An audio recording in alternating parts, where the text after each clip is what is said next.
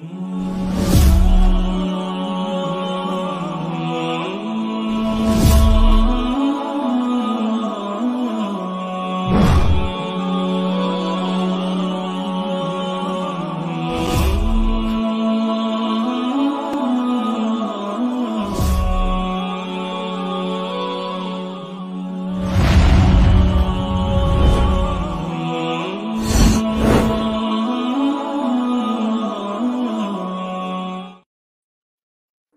আলাইকুম ওয়া রাহমাতুল্লাহি ওয়া বারাকাতুহু।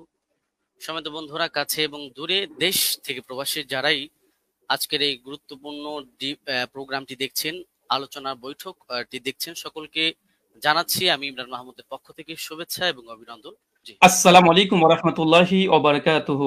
আলহামদুলিল্লাহি রাব্বিল আলামিন ওয়াসসালাতু ওয়াসসালামু আলা রাসূলিহিল আমিন ওয়া আলা আলিহি ওয়া সাহবিহি আজমাইন, আম্মা বাদ।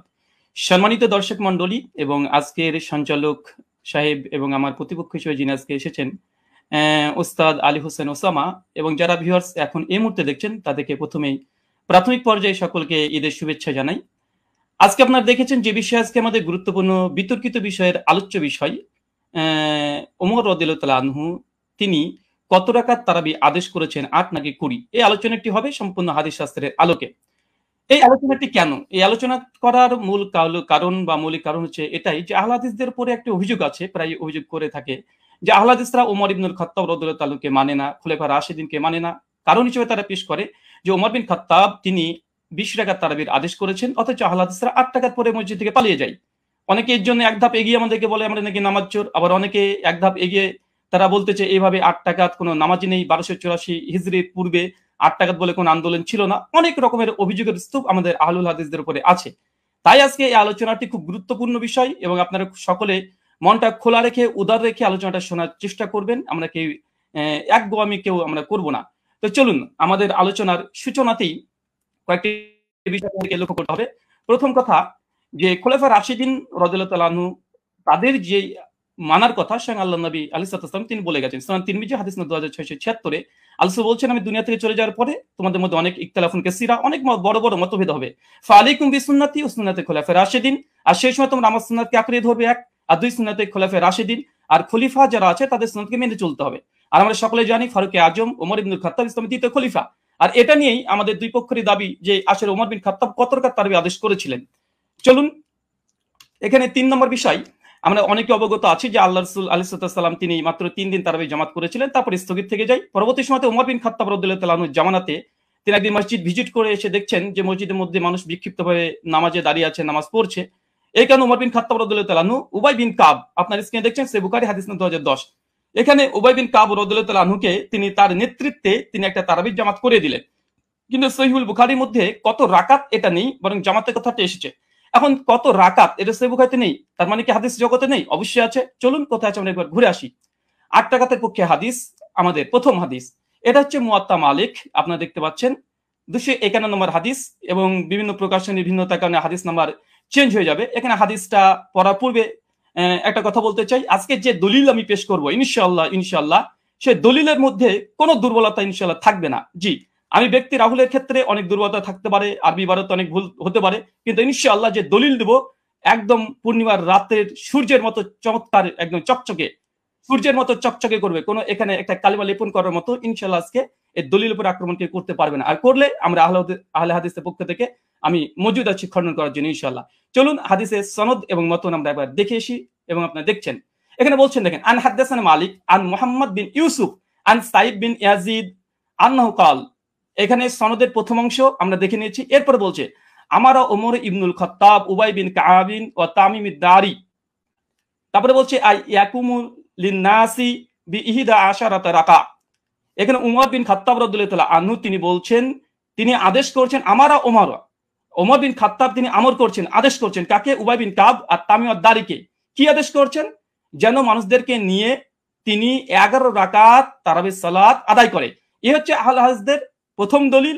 আর এই দলিল দিয়েই আজকে আমাদের যে কেস, আমার যে কেস যে আমরা আহলে হাদিসরা 8 রাকাত তারাবি জামাতে পড়ি, এটা ওমর বিন খাত্তাব রাদিয়াল্লাহু তাআলা আনহু আদেশ করেছেন। আদেশ স্পষ্ট মজুদ আছে আলহামদুলিল্লাহ। এবং কাকে আদেশ করেছে? উবাই বিন কাব, তামিম দারিকে। এটা হচ্ছে আমাদের প্রথম দলিল, মুয়াত্তা মালিক 251 নম্বর হাদিস। এখানে লক্ষণীয় শুধু এই হাদিসটা যে মুয়াত্তা মালিকে এসেছে এমনটা নয়, এই হাদিসের তাখরিজ দেখেন সুনান কুবরা লিন-নাসাই হাদিস নাম্বার 4670 এই সনদ মালিক থেকে আসছে। 3 নম্বর আরেকটা আছে শারহু মানিল আল আসালি তহাবি, ইমাম তহাবি হানাফি মাযহাবের বিশেষ করে তিনি বড় ফকি এবং মুহাদ্দিস, হাদিস নাম্বার 1741 এ তিনিও সনদ সহকারে ইমাম মালিক থেকে এর থেকে পেশ করেছে। চতুর্থ প্রমাণ মারিফাতুস সুনান আল আসার লিল বাইহাকি, হাদিস নাম্বার 5413 তে ইমাম বাইহাকি আল মুতাফা 458 হিজরি তিনিও নিয়ে এসেছেন। আচ্ছা, তারপরে 5 নম্বর শারহুস সুন্নান লিল বাগাবি, চতুর্থ খণ্ডে 120 নম্বর পৃষ্ঠায় ইমাম মালিকের সূত্রে এই হাদিসটাকে তিনি নিয়ে এসেছেন। আরো যারা আপনারা দেখবেন মাদ্রাসাতে মিশকাত পড়তে হয়, না পড়লে কেউ তালেমি হতে পারে না। মিশকাত হাদিস নাম্বার 1302 এ আপনারা দেখতে পাচ্ছেন মুওয়াত্তা মালিকের সনদ সহ এখানে মতনটাকে উল্লেখ করা হয়েছে। আর যারা দারসি নুসখা দেখতে চাচ্ছেন দেবন্দি থেকে প্রকাশনী, সেটা হচ্ছে প্রথম 115 নম্বর পৃষ্ঠায় লাইন নম্বর 9 থেকে 11 তে আপনারা দেখে নিতে পারবেন। আর এটা মিসকাতুল মাসাবি, যারা বাংলা দেখতে চান, অনেক বাংলা শ্রোতা আছে, আমার বক্তৃতার সত্যতা যাচাই করে নেবেন। মিসকাতুল মাসাবি হাদিস নাম্বার 1302 এ এটা আপনি পেয়ে যাবেন। এবং মুওয়াত্তা মালিক যেটি ইসলামিক ফাউন্ডেশন থেকে বের হয়ে এসেছে প্রকাশনী, এটা হচ্ছে প্রথম খণ্ডে 171 পৃষ্ঠা রিয়াত নম্বর 4 এ আমার এই দলিল আপনারা বাঙালি শ্রোতা যারা আছেন, যারা আরবি বোঝেন না, তাদের জন্য দিয়ে দিলাম, আপনারা দেখে নিতে পারবেন। চলুন এই হাদিসের প্রথম দেখেন, আমি যে হাদিস আমরা মতন থেকে স্পষ্ট প্রমাণ পেয়েছি যে ওমর বিন খাত্তাব উবাই বিন কাব তামিম আদ-দারিকে তিনি 11 রাকাত তারাবির নির্দেশ দিয়েছে। আলহামদুলিল্লাহ, কেস ইজ ক্লোজড, আমাদের পক্ষে এই দলিল আমরা পেশ করেছি। এখন হচ্ছে এই সনদ কি, চলেন সনদ আপনি স্ক্রিনে দেখতে পাচ্ছেন। আন মালিক আন মুহাম্মদ বিন ইউসুফ আন সাইদ বিন ইয়াজিদ, তারপরে ওমর ইবনে খাত্তাব। এই হাদিসের মধ্যে মাত্র 4টের রাবি পাচ্ছেন। এক হচ্ছে মালিক, ইমাম মালিক, মানে বুঝতে পারছেন, একবার দেখে নিন স্ক্রিনে। ইমাম মালিক, আলহামদুলিল্লাহ, ইমাম মালিক তো ইমাম মালিক, কে যারা করবে ইমাম মালিকের উপরে, আলহামদুলিল্লাহ। 2, তারপরে হচ্ছে মোহাম্মদ বিন ইউসুফ, ইনি একজন বিখ্যাত তাবেঈ, অনেক সাধারণ মানুষ তো মোহাম্মদ বিন ইউসুফকে না চিনতেও পারেন। তারপর 3 নম্বর রাবি আসছে কি সাইদ বিন ইয়াজিদ, আলহামদুলিল্লাহ, তিনি একজন সাহাবী। চতুর্থ রাবি, তিনি একজন সাহাবী, ওমর বিন খাত্তাব, আলহামদুলিল্লাহ। শুধু সাহাবী আর সাহাবী, আলহামদুলিল্লাহ, দুজন সাহাবী আর দুজন বড় ইমাম এই হাদিসটাকে রিওয়ায়াত করছে। চলেন আরেকটু দেখে নিই। আমরা শুধুমাত্র বুঝতে পারলাম এই দ্বিতীয় রাবি তাবেঈ যিনি মোহাম্মদ বিন ইউসুফ, ইনাকে আমরা সাধারণ মানুষরা চিনতে পারবো না। চলুন এই মোহাম্মদ বিন ইউসুফ ইনি কে, ইনাকে একবার দেখিয়ে আসি। চলেন, মোহাম্মদ বিন ইউসুফ আল মাদানী রাহিমাহুল্লাহ এমন একজন ব্যক্তিত্ব যা সহিহ বুখারীতে আলহামদুলিল্লাহ 105 খানা হাদিস মজুদ আছে। 105 খানা, আপনার স্ক্রিনে লক্ষ্য করছেন, হাদিস নাম্বার দিয়ে সার্চ করলে আপনারা দেখতে পাবেন। চলেন এরপর সনদ আবার দেখছেন, আন মালিক আন মুহাম্মদ বিন ইউসুফ আন সাইদ বিন ইয়াজিদ আন, তারপর ওমর ইবনে খাত্তাব। এই যে সনদটা ভালোভাবে দেখেন, আন মালিক আন মুহাম্মদ বিন ইউসুফ আন সাইদ বিন ইয়াজিদ। আবার দেখেন আন মুহাম্মদ বিন ইউসুফ আন সাইদ বিন ইয়াজিদ। শুধুমাত্র মুহাম্মদ বিন ইউসুফ যে সহিহ বুখারীর রাবি এমনটা নয়, বরং সহিহ বুখারীর মধ্যে আলহামদুলিল্লাহ কমপক্ষে 4টে হাদিস সেম এই চেনটা এসেছে। দেখেন সহিহ বুখারী হাদিস না 1858, হাদিস না 2824, হাদিস না 4062, কমপক্ষে 4টে হাদিস আছে আন মুহাম্মদ বিন ইউসুফ আন সাইদ বিন ইয়াজিদ, একদম পাশাপাশি আছে। শুধু মোহাম্মদ বিন ইউসুফ যে শুধুমাত্র তিনি যে বুখারীর রাবি এমনটা নয়, বরং সেম চেন যেটা মুওয়াত্তা মালিকের 8 টাকাতে পক্ষে দলিল পেশ করেছি, একই চেন আলহামদুলিল্লাহ সহিহ বুখারীর মধ্যে মজুদ আছে কমপক্ষে 3টে, আরো সহিহ মুসলিম আপনারা চেক করলে পেয়ে যাবেন।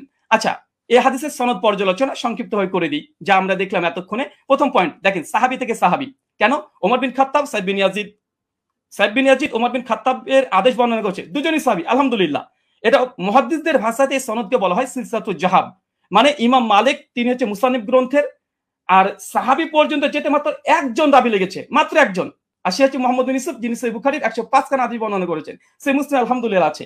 তৃতীয়, এই সনদের যতজন রাবী আছে সবগুলো মাদানী, আলহামদুলিল্লাহ। ইমাম মালিক মদিনার ইমাম, আলহামদুলিল্লাহ। মুহাম্মদ বিন ইউসুফ একজন বিখ্যাত তাবী, ইনিও মাদানী, আলহামদুলিল্লাহ। তাহলে দেখছেন এখানে 3টে যে সাহাবী থেকে সাহাবী হাদিস বর্ণনা করছে, মাত্র একটা রাবী দিয়ে একদম সাহাবী ওমর বিন খাত্তাব পর্যন্ত পৌঁছে যাচ্ছে, আলহামদুলিল্লাহ। এটা যে সিলসিলাতুল জাহাব তথা গোল্ডেন চেন। এরপরে চলেন, আচ্ছা আমার স্লাইডে 1 সেকেন্ড,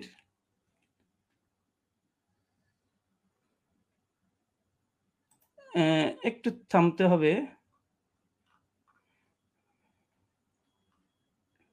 আচ্ছা ঠিক আছে। আচ্ছা, আমরা হচ্ছে আমি এই কেসটা প্রেজেন্ট করলাম। এখন আলী হোসেন ওসামা হাফিজাহুল্লাহর কাছে আমার কিছু প্রশ্ন এই মুওয়াত্তা মালিকের হাদিস নিয়ে।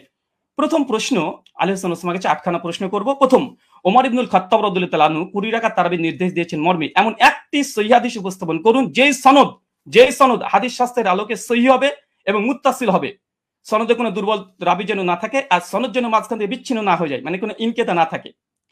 প্রশ্ন নম্বর 2, মুওয়াত্তা মালিকের যে সনদ আমরা দেখিয়েছি, যেটা সিলসিলাতুল জাহাব মুহাদ্দিসদের পরিভাষা অনুযায়ী, ওমর ইবনুল খাত্তাব রাদিয়াল্লাহু তাআলা 20 রাকাত তারাবির নির্দেশ দিয়েছে, পয়েন্ট টু বি নোটেড, 20 রাকাত নির্দেশ দিয়েছে মর্মে এমন একটি বর্ণনা পেশ করুন যার সনদ সিলসিলাতুজ জাহাব এই মানে উত্তীর্ণ হয়েছে। প্রশ্ন নম্বর 3, মুয়াত্তা মালিকের বর্ণনায় সমস্ত রাবি হচ্ছে মাদানী এবং একজন রাবির ওপরে আলহামদুলিল্লাহ যারা নেই, কোনো অভিযোগ নেই। ওমর ইবনুল খাত্তাব রাদিয়াল্লাহু তাআলা 20 রাকাতের নির্দেশ দিয়েছেন মর্মে এমন একটি বর্ণনা পেশ করুন যার সনদে সমস্ত রাবি মাদানী এবং কোন রাবির ব্রাদার প্লিজ একটু আমি আপনি কিন্তু 20 রাকাতের বিষয়ে কোশ্চেন করছেন, পরবর্তীতে কিন্তু এটা এখন কি আপনি কোশ্চেন গুলো করবেন নাকি পরবর্তীতে করবেন? আমি 8 রাকাত তারাবি, হ্যাঁ আমি প্রশ্ন কেস পেজে তো প্রশ্ন করা যায়, আমি তো তার হাদিস বা দলিল নিয়ে কোনো পর্যালোচনা করছি না। জি অবশ্যই। জি, মুয়াত্তা মালিকের যে বর্ণনা পেশ করেছি এটা সমস্ত কোন রাবির পরে সামান্য পরিমাণে যারা নেই। আমি এখানে প্রশ্ন ওমর ইবনুল খাত্তাব রাদিয়াল্লাহু তাআলা থেকে এমন একটি 20 রাকাতের তারাবির দলিল আপনি পেশ করবেন যেখানে সমস্ত রাবি যতজন থাকবে তার উপরে কোনো মানে দুর্বলতা থাকবে না, এমন একটা রিওয়ায়াত পেশ করবেন। প্রশ্ন নম্বর 4, মুয়াত্তা মালিকের 8 রাকাতের বর্ণনা সনদ বুখারী মুসলিমের শর্তেও সহিহ, প্রত্যেক রাবি বুখারী মুসলিমে, যেটা একটু আগে আপনাদেরকে আমি দেখিয়েছি। ঠিক ওমর ইবনুল খাত্তাব রাদিয়াল্লাহু তাআলা 20 রাকাত তারাবির নির্দেশ দিয়েছেন মর্মে এমন একটি বর্ণনা পেশ করুন যেটা বুখারী মুসলিমের শর্তে উত্তীর্ণ হয়েছে।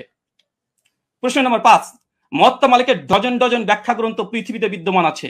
মুয়াত্তা মালিকের একজন গ্রহণযোগ্য মুহাদ্দিসের অভিমত পেশ করুন যিনি মুয়াত্তা মালিকের 8 রাকাত হাদিসের ব্যাখ্যায় এটাকে মুজতারিব বা ইস্তেরাব আছে বলে প্রত্যাখ্যান করেছে। কেন আমরা দেখি যে দেওবন্দি ওলামারা এবং বেরলভী ওলামারা, বিশেষ করে হানাফি ওলামারা, তারা এই 8 রাকাতের এই দলিলকে তারা ইস্তেরাব বা মুজতারিব বলে বাতিল করার চেষ্টা করে। এখানে আমার একটা প্রশ্ন থাকবে, মুয়াত্তা মালিকের অনেকগুলো ব্যাখ্যা গ্রন্থ আছে, একজন গ্রহণযোগ্য মুহাদ্দিসদের মত দেবেন যে এই হাদিসটাকে ইতিপূর্বে তারা ইস্তেরাবের দাবি করে বাতিল করেছে। আব্দুল বার রাহিমাহুল্লাহর ওয়াহম নয় ইস্তেরাব। আচ্ছা, প্রশ্ন নম্বর 6, দেওবন্দি মাদ্রাসা প্রতিষ্ঠা হবার আগে কিংবা 1284 হিজরির আগে এই হাদিসকে মুস্তারিব বলেছেন এমন একজন মুহাদ্দিসের অভিমত পেশ করুন। প্রশ্ন নম্বর 7, সহিহ সনদে প্রমাণিত আছে উবাই বিন কাব রাদিয়াল্লাহু তাআলা আনহু তিনি এবং তামিম আদ-দারি তিনি 8 রাকাত তারাবি পড়েছেন। আমার প্রশ্ন, ওমর রাদিয়াল্লাহু তাআলা যদি 20 রাকাত তারাবি নির্দেশ দিয়ে থাকেন তাহলে উবাই বিন কাব এবং তামিম আদ-দারি কি ওমর ইবনুল খাত্তাব রাদিয়াল্লাহু তাআলার নির্দেশ অমান্য করেছেন? প্রশ্ন নম্বর 8, শাস্ত্রের আলোকে ইস্তেরাবের সংজ্ঞা এবং শর্ত পেশ করবেন এবং সেই শর্ত অনুযায়ী এই হাদিসকে মুস্তারিব প্রমাণ করার চেষ্টা করবেন। কারণ আমরা ইতিপূর্বে আপনাদের অনেককে দেখেছি যে বারবার আমাদের দলিলকে ইস্তেরাব বলে বাতিল করে দেওয়ার চেষ্টা করা হয়। চলেন আমরা হাদিসের আবার প্রথম অংশে আপনাদেরকে আমরা নিয়ে যাব, যেখান থেকে আপনারা বুঝতে পারবেন। আমরা হাদিসটাকে আবার আপনাদেরকে দেখিয়ে দিই আপনাদের সুবিধার জন্য। আমাদের প্রথম যে দলিল আমরা পেশ করেছিলাম এ হচ্ছে মুয়াত্তা মালিকের হাদিস, আর এই মুয়াত্তা মালিকের হাদিস অনেকগুলো গ্রন্থে এসেছে, পরপর আপনাদেরকে আমি দেখিয়ে দিয়েছি, এখান থেকে অনেকগুলো গ্রন্থ থেকে দেখিয়ে দিয়েছি। আমি জাস্ট একটা দলিল আমি পেশ করেছি, আর এই একটা দলিলের উপর আমি অটল থাকবো। এই একটা দলিলে এই দলিল যতক্ষণ খণ্ডন না আসবে ততক্ষণ দ্বিতীয় দলিল দিয়ে এই আলোচনাকে আমি মাছের বাজার করতে চাই না। তাই এই সনদটাকে বারবার দেখবেন, আন মালিক আন মুহাম্মদ বিন ইউসুফ আন সাইদ বিন ইয়াজিদ, তারপর ওমর ইবনুল খাত্তাব। মাত্র ইমাম মালিক তো ইমাম মালিক রাহিমাহুল্লাহ আলহামদুলিল্লাহ, মুহাম্মদ বিন ইউসুফ তিনি একজন বিখ্যাত তাবেঈ যার 105 খানা হাদিস আছে। আর সাইদ বিন ইয়াজিদ ইনিও স্বয়ং আল্লাহ রাসূলের সঙ্গে হজ করেছেন, যেটা সহিহ বুখারী 1858 তে প্রমাণিত পাওয়া যায়। আর ওমর ইবনুল খাত্তাব, আমি জাস্ট এই একটা দলিলের উপরে আপনাদের সামনে উপস্থাপন করেছি এবং হাদিসের শব্দ আমার ওমর ইবনুল খাত্তাব, ওমর বিন খাত্তাব আদেশ দিয়েছেন, একদম আদেশ শব্দ মজুদ আছে। কাকে আদেশ দিয়েছেন? উবাই বিন কাবকে। আর কাকে? তামিম আদ-দারিকে। কত রাকাত? বিহিদা আশারাত রাকা, 11 রাকাতের নির্দেশ দিয়েছে। স্পষ্টভাবে আমাদের এই দলিলে আমার যা কেস বা আমাদের আহলুল হাদিসদের যে দাবি তার পক্ষে জাস্ট একটা দলিল, ইনশাআল্লাহ যদি সম্ভব হয় দলিলকে যদি খণ্ডন করে ইনশাআল্লাহ তারপরে আমাদের দ্বিতীয় দলিল আমরা পেশ করব। কেননা আলোচনার মধ্যে অনেক বেশি দলিল দিয়ে গেলে, কারণ আমাদের আলোচনা যেহেতু এখানে পর্যালোচনা, এটা ডিবেট নয়। ডিবেট হলে আমি অনেক কিছু করতে পারতাম, কিন্তু আমি যেহেতু ওস্তাদজির সঙ্গে একমত হয়ে এসেছি তাই আমি তেমন কিছু মানে অনেক কথাই বলার ইচ্ছা থাকলে আমি বলবো না এখানে, কারণ আমি শেখকে বা ওস্তাদকে অনেক সম্মান দিই এবং ভালোবাসা তার প্রতি আমার অনেকগুলো আছে। আর এ থেকেই একটা হাদিস, আর এই হাদিস আমি শুধুমাত্র শেখের কাছে বুঝতে এসেছি যেহেতু তিনি আমাকে বুঝাতে এসেছেন। আর পর্যালোচনা যেহেতু এটা ডিবেট নয়, তার জন্য আমার এই একটা হাদিস যে দাবির পক্ষে আমরা আহলুল হাদিসরা 8 টাকা তারাবি পড়ি এবং এই হাদিসের মান আমাদের নিকটে সহিহ, এবং আমাদের কাছ থেকে 8খানা প্রশ্ন আমরা উপস্থাপন করেছি 20 রাকাতের পক্ষে। এই 20 রাকাতের যদি এই প্রশ্নের জবাব যদি দিয়ে দেয় আলহামদুলিল্লাহ আমি লিখিতভাবে শুধু এরকম না, ঘোষণা দিয়ে আমি ঘোষণা করে দেব যে জাস্ট আমি যে কথা বলেছি আমি কথার থেকে ফিরে আসছি। 8 টাকার তারাবি উমর বিন খাত্তাব আদেশ দেয়নি, মূলত 20 টাকা দিয়েছে, আমি প্রত্যাবর্তন করব। আমি স্ট্রিমে ঘোষণা করলাম, এখনো 3টে পর্ব আছে এবং আমি এরপরে অটল থাকবো। জি শুক্রিয়া, জাজাকাল্লাহ খায়রান, বারাকাল্লাহ ফিকুম, ওয়ামা আলাইনা ইল্লাল বালাগ। জি ব্রাদার রাহুল হোসেন, আপনি শেষ করেছেন। প্লিজ একটু ইয়াটা ঠিক হবে। হ্যাঁ, আপনি শেষ করেছেন এবং আপনি 1 মিনিট আগে শেষ করেছেন, চাইলে আপনি 2 মিনিট ব্যবহার করতে পারতেন। যাই হোক, আমি চলে যাব যিনি 20 রাকাতের পক্ষে দলিল পেশ করবেন, আমাদের পরিচিত ব্যক্তি শেখ মুফতি আলী হাসান ওসামা। আমি আপনার কাছে যাব এবং আপনি বললে আমি টাইমটা শুরু করে দিব। আপনার টাইমটা আপনি বলবেন। জি, এখন 22 মিনিট 45 সেকেন্ড চলছে। আপনি মিউট আছেন।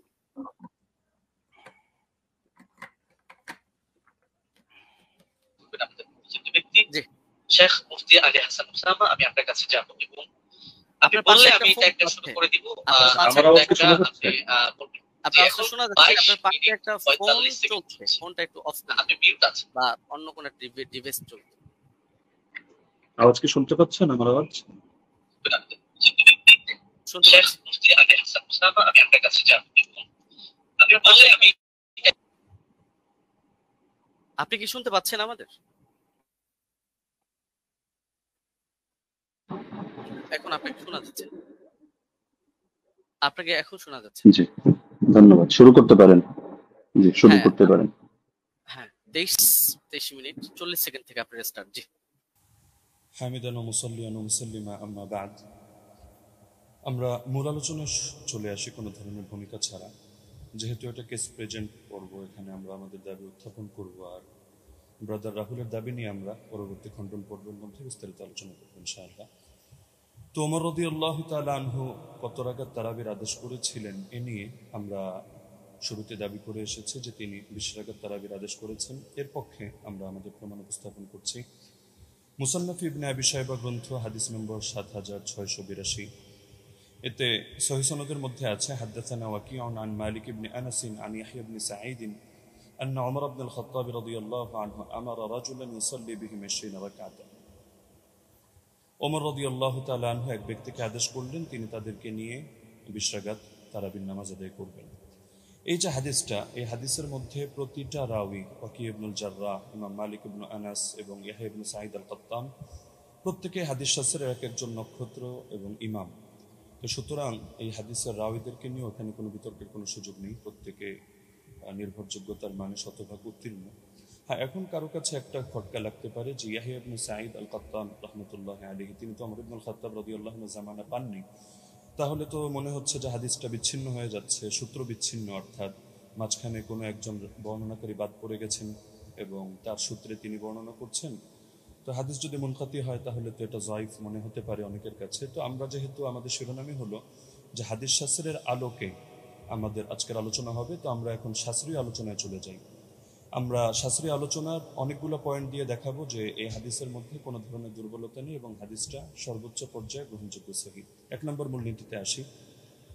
হাদিস শাস্ত্রের স্বীকৃত একটা মূলনীতি হলো, এটা ইমাম জাইনুদ্দিন ইরাকি রাহমাতুল্লাহি আলাইহি লম্বা চড়া করে আলোচনা করেছেন, তার সূত্রে ইমাম সুয়ুতি সহ হাদিস শাস্ত্রের অনেক ইমামরা এই পয়েন্টটা টেনেছেন। وإن روى التابعي عن الصحابي قصة أدرك وقوعها فمتصل وكذا إن لم يدرك وقوعها ولكن أسندها له وإلا فمنقطعة।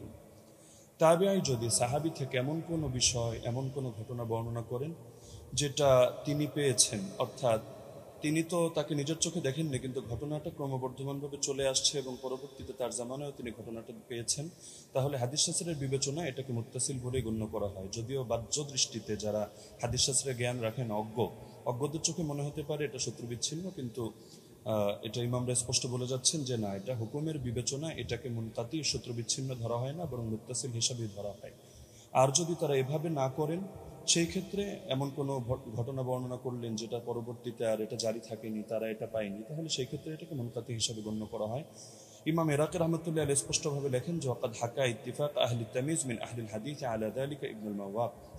ইমাম ইবনুল মাওয়াক এ ব্যাপারে মুহাদ্দিসদের মধ্য থেকে যারা বিশ্লেষক তাদের ঐকমত্য বর্ণনা করেছেন। এটা তামহিদ 1ম খণ্ড 26 নম্বর পৃষ্ঠায় আছে, উলুমুল হাদিস 26 নম্বর পৃষ্ঠায় আছে, 62 নম্বর পৃষ্ঠা, শারহুত তাফসিরা প্রথম খণ্ড 223, তাদরিবুর রাওয়ি প্রথম খণ্ড 249। যার কারণে শেখ সালেহ আল মুনাজ্জিদ, আল্লাহ তাআলা তাকে অতি দ্রুত কারামুক্তি করুন, সালাফিদের বড় শেখ, তিনি তার ইসলামকে ওয়েবসাইটের মধ্যে এ বিষয়ে মন্তব্য করেছেন।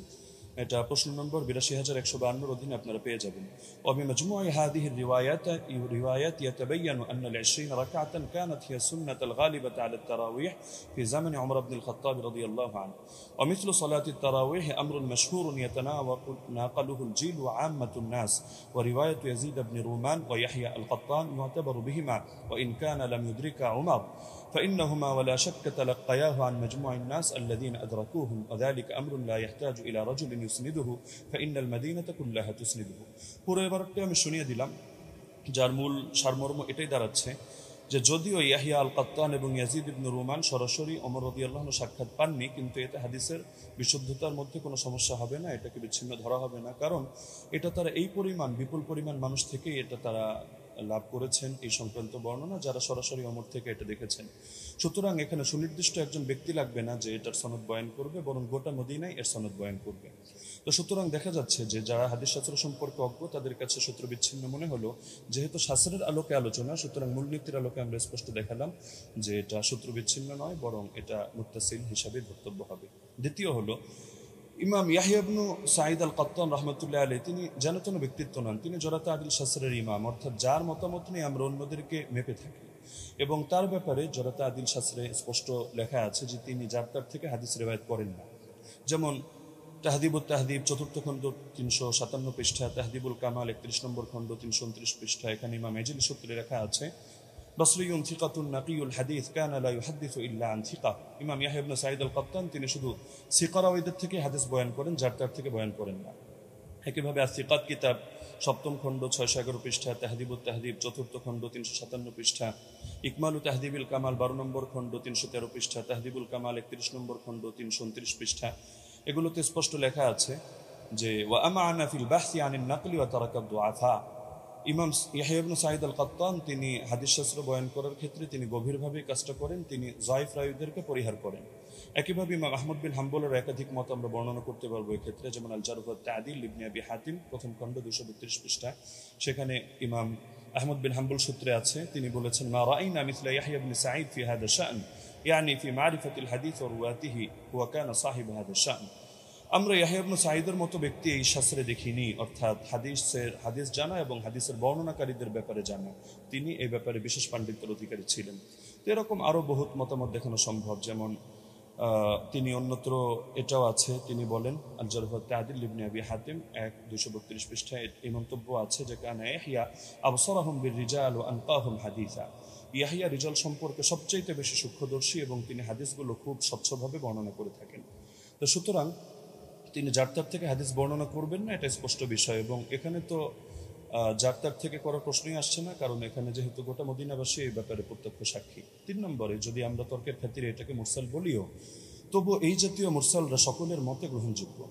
যেমন হাফিজ ইবনুল কাইয়িম রাহিমাহুল্লাহর স্পষ্ট মন্তব্য আছে জাদুল মাআদ কিতাবে 1ম খণ্ড 367 নম্বর পৃষ্ঠায়, والمرسل إذا اتصل به عمل وعضده قياس أو قول صحابي أو كان مرسله معروفا باختيار الشيوخ ورغبته عن الرواية عن الضعفاء والمتروكين ونحو ذلك مما يقتضي قوته عمل به।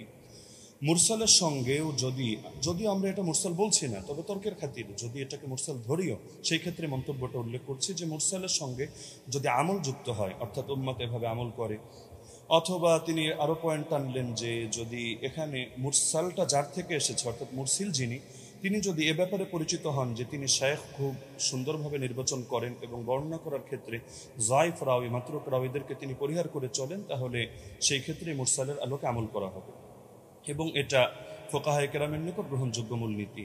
আল ইহকাম ফি উসুলিল আহকাম আমিদের কিতাবের মধ্যে স্পষ্ট আছে যে জাতীয় মুরসাল এটা ফাকাবিলাহু আবু হানিফা ওয়া মালিক ওয়া আহমদ ইবনে হাম্বল ফি আশহারি রিওয়ায়াতাইন আনহু। ইমাম আবু হানিফা গ্রহণ করেন, ইমাম মালিক গ্রহণ করেন, ইমাম আহমদ বিন হাম্বলের একটা প্রসিদ্ধ মত যেটা তার আলোকে দেখা যায় তিনিও গ্রহণ করেন।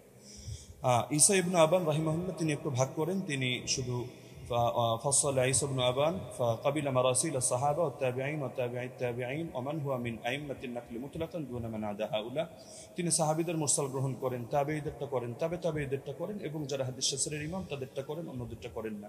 এটা মেনে নিলেও সমস্যা নেই, কারণ ইমাম ইয়াহিয়া আল কাত্তান তিনি হাদিস শাস্ত্রের ইমাম, আর তিনি যে ক্যাটাগরি বর্ণনা করেছেন এই ক্যাটাগরির মধ্যে আছেন।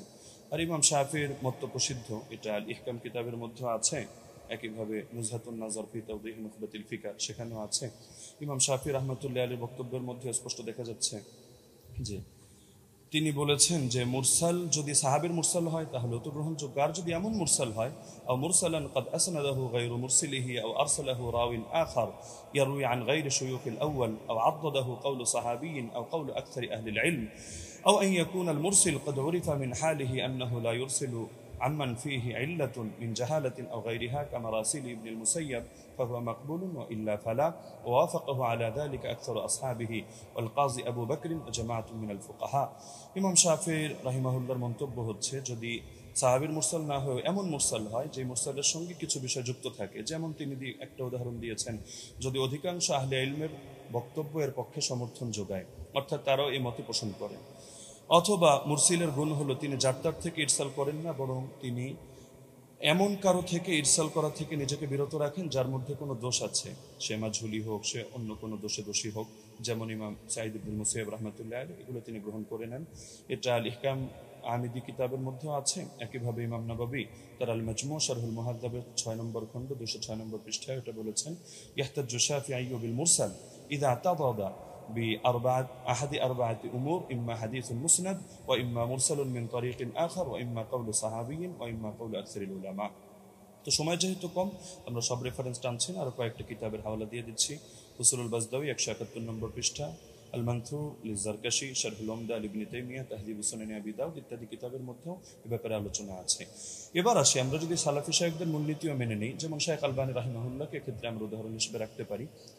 তো শায়খ আলবানী রাহিমাহুল্লাহ প্রসিদ্ধ কিতাব সিলসিলাতুল আহাদিস সহিহা, এটা তো সকলের নিকটে পরিচিত। এখান থেকে 1422 নম্বর বর্ণনাটা আমি খুলে দেখার অনুরোধ করব। সেখানে দেখতে পাবেন আপনারা খুললে যে তিনি যে হাদিসটা বর্ণনা করেছেন একটা মুরসাল হাদিস, কিন্তু তিনি এটার ব্যাপারে মন্তব্য করছেন যে ওয়াহাদা ইসনাদুল হাসান, এটা একটা হাসান সনদ, তবে ইল্লা আন্নাহু মুনকাতিউন বাইনা সুলাইমান ওয়া ইবনে আমরিন, তবে এটা সূত্র বিচ্ছিন্ন, মুনকাতি কার মাঝে, রাওয়ি সুলাইমান এবং রাওয়ি ইবনে আমরের মাঝে এখানে ইনকিতা আছে, সূত্র বিচ্ছিন্নতা আছে, কোনো একজন বাদ পড়ে গেছে। তবে এটার পক্ষে এই তিনি একটা মুরসাল রিওয়ায়াত করে এর পক্ষে একটা যায়িফ হাদিস এনেছেন, যায়িফ রিওয়ায়াত, সেটা এনে তিনি মন্তব্য করছেন যে লাকিন্নাল হাদিসা বিমাজমুই তারিকাইনি হাসানুন, এই দুটো যায়িফ মিলে এটা হাসান হয়ে গিয়েছে, অর্থাৎ একটা মুরসাল আরও একটা যায়িফ। তো মুরসালের পক্ষে তিনি যায়িফ হাদিস পেয়েও এটাকে হাসান হিসাবে সাব্যস্ত করে ফেলেছেন এবং শেষে মন্তব্য করেছেন ফামিথলুহু ইউস্তাশহাদু বিহি, এ ধরনের বর্ণনার দ্বারা এটা দলিল প্রদান করা যায়, ফাল হাদিসু বিহি সহিহুন ইনশাআল্লাহু তাআলা, এর দ্বারা হাদিসটা সহিহ হিসাবে সাব্যস্ত হবে ইনশাআল্লাহু তাআলা। তো শায়খ আলবানী রাহিমাহুল্লাহ এক্ষেত্রে যে কাজটা করলেন, আমরা তো এর চেয়ে তার মজবুত কাজ করলেন, তিনি একেবারে একটা যায়িফ হাদিস এনে মুনকাতি একটা রিওয়ায়াতকে তিনি হাসান সনদ সাব্যস্ত করে হাদিসটাকে দলিলযোগ্য এবং সহিহ সাব্যস্ত করে ফেললেন। তো এ ব্যাপারে তো আর কোনো কিছু বলার অপেক্ষা রাখে না। তারপর চতুর্থ বিষয় হলো, সব ধারার ইমামগণে মেনে নিয়েছেন যে ওমর রাদিয়াল্লাহু আনহু 20 রাকাত তারাবির আদেশ করেছেন। যেমন আমরা উদাহরণ হিসেবে ইমাম শাফিঈকে আনতে পারি 1 নম্বরে কিতাবুল 1 নম্বর খণ্ড 167 পৃষ্ঠা, মুখতাসারুল মুজানি 34 নম্বর পৃষ্ঠা, তিনি স্পষ্ট বলেছেন ওয়াহাব্বু ইলাইয়া 20 লিআন্নাহু রুইয়া আন ওমর, আমার নিকট 20 অধিক পছন্দনীয় কারণ এটা ওমর থেকে বর্ণিত হয়েছে।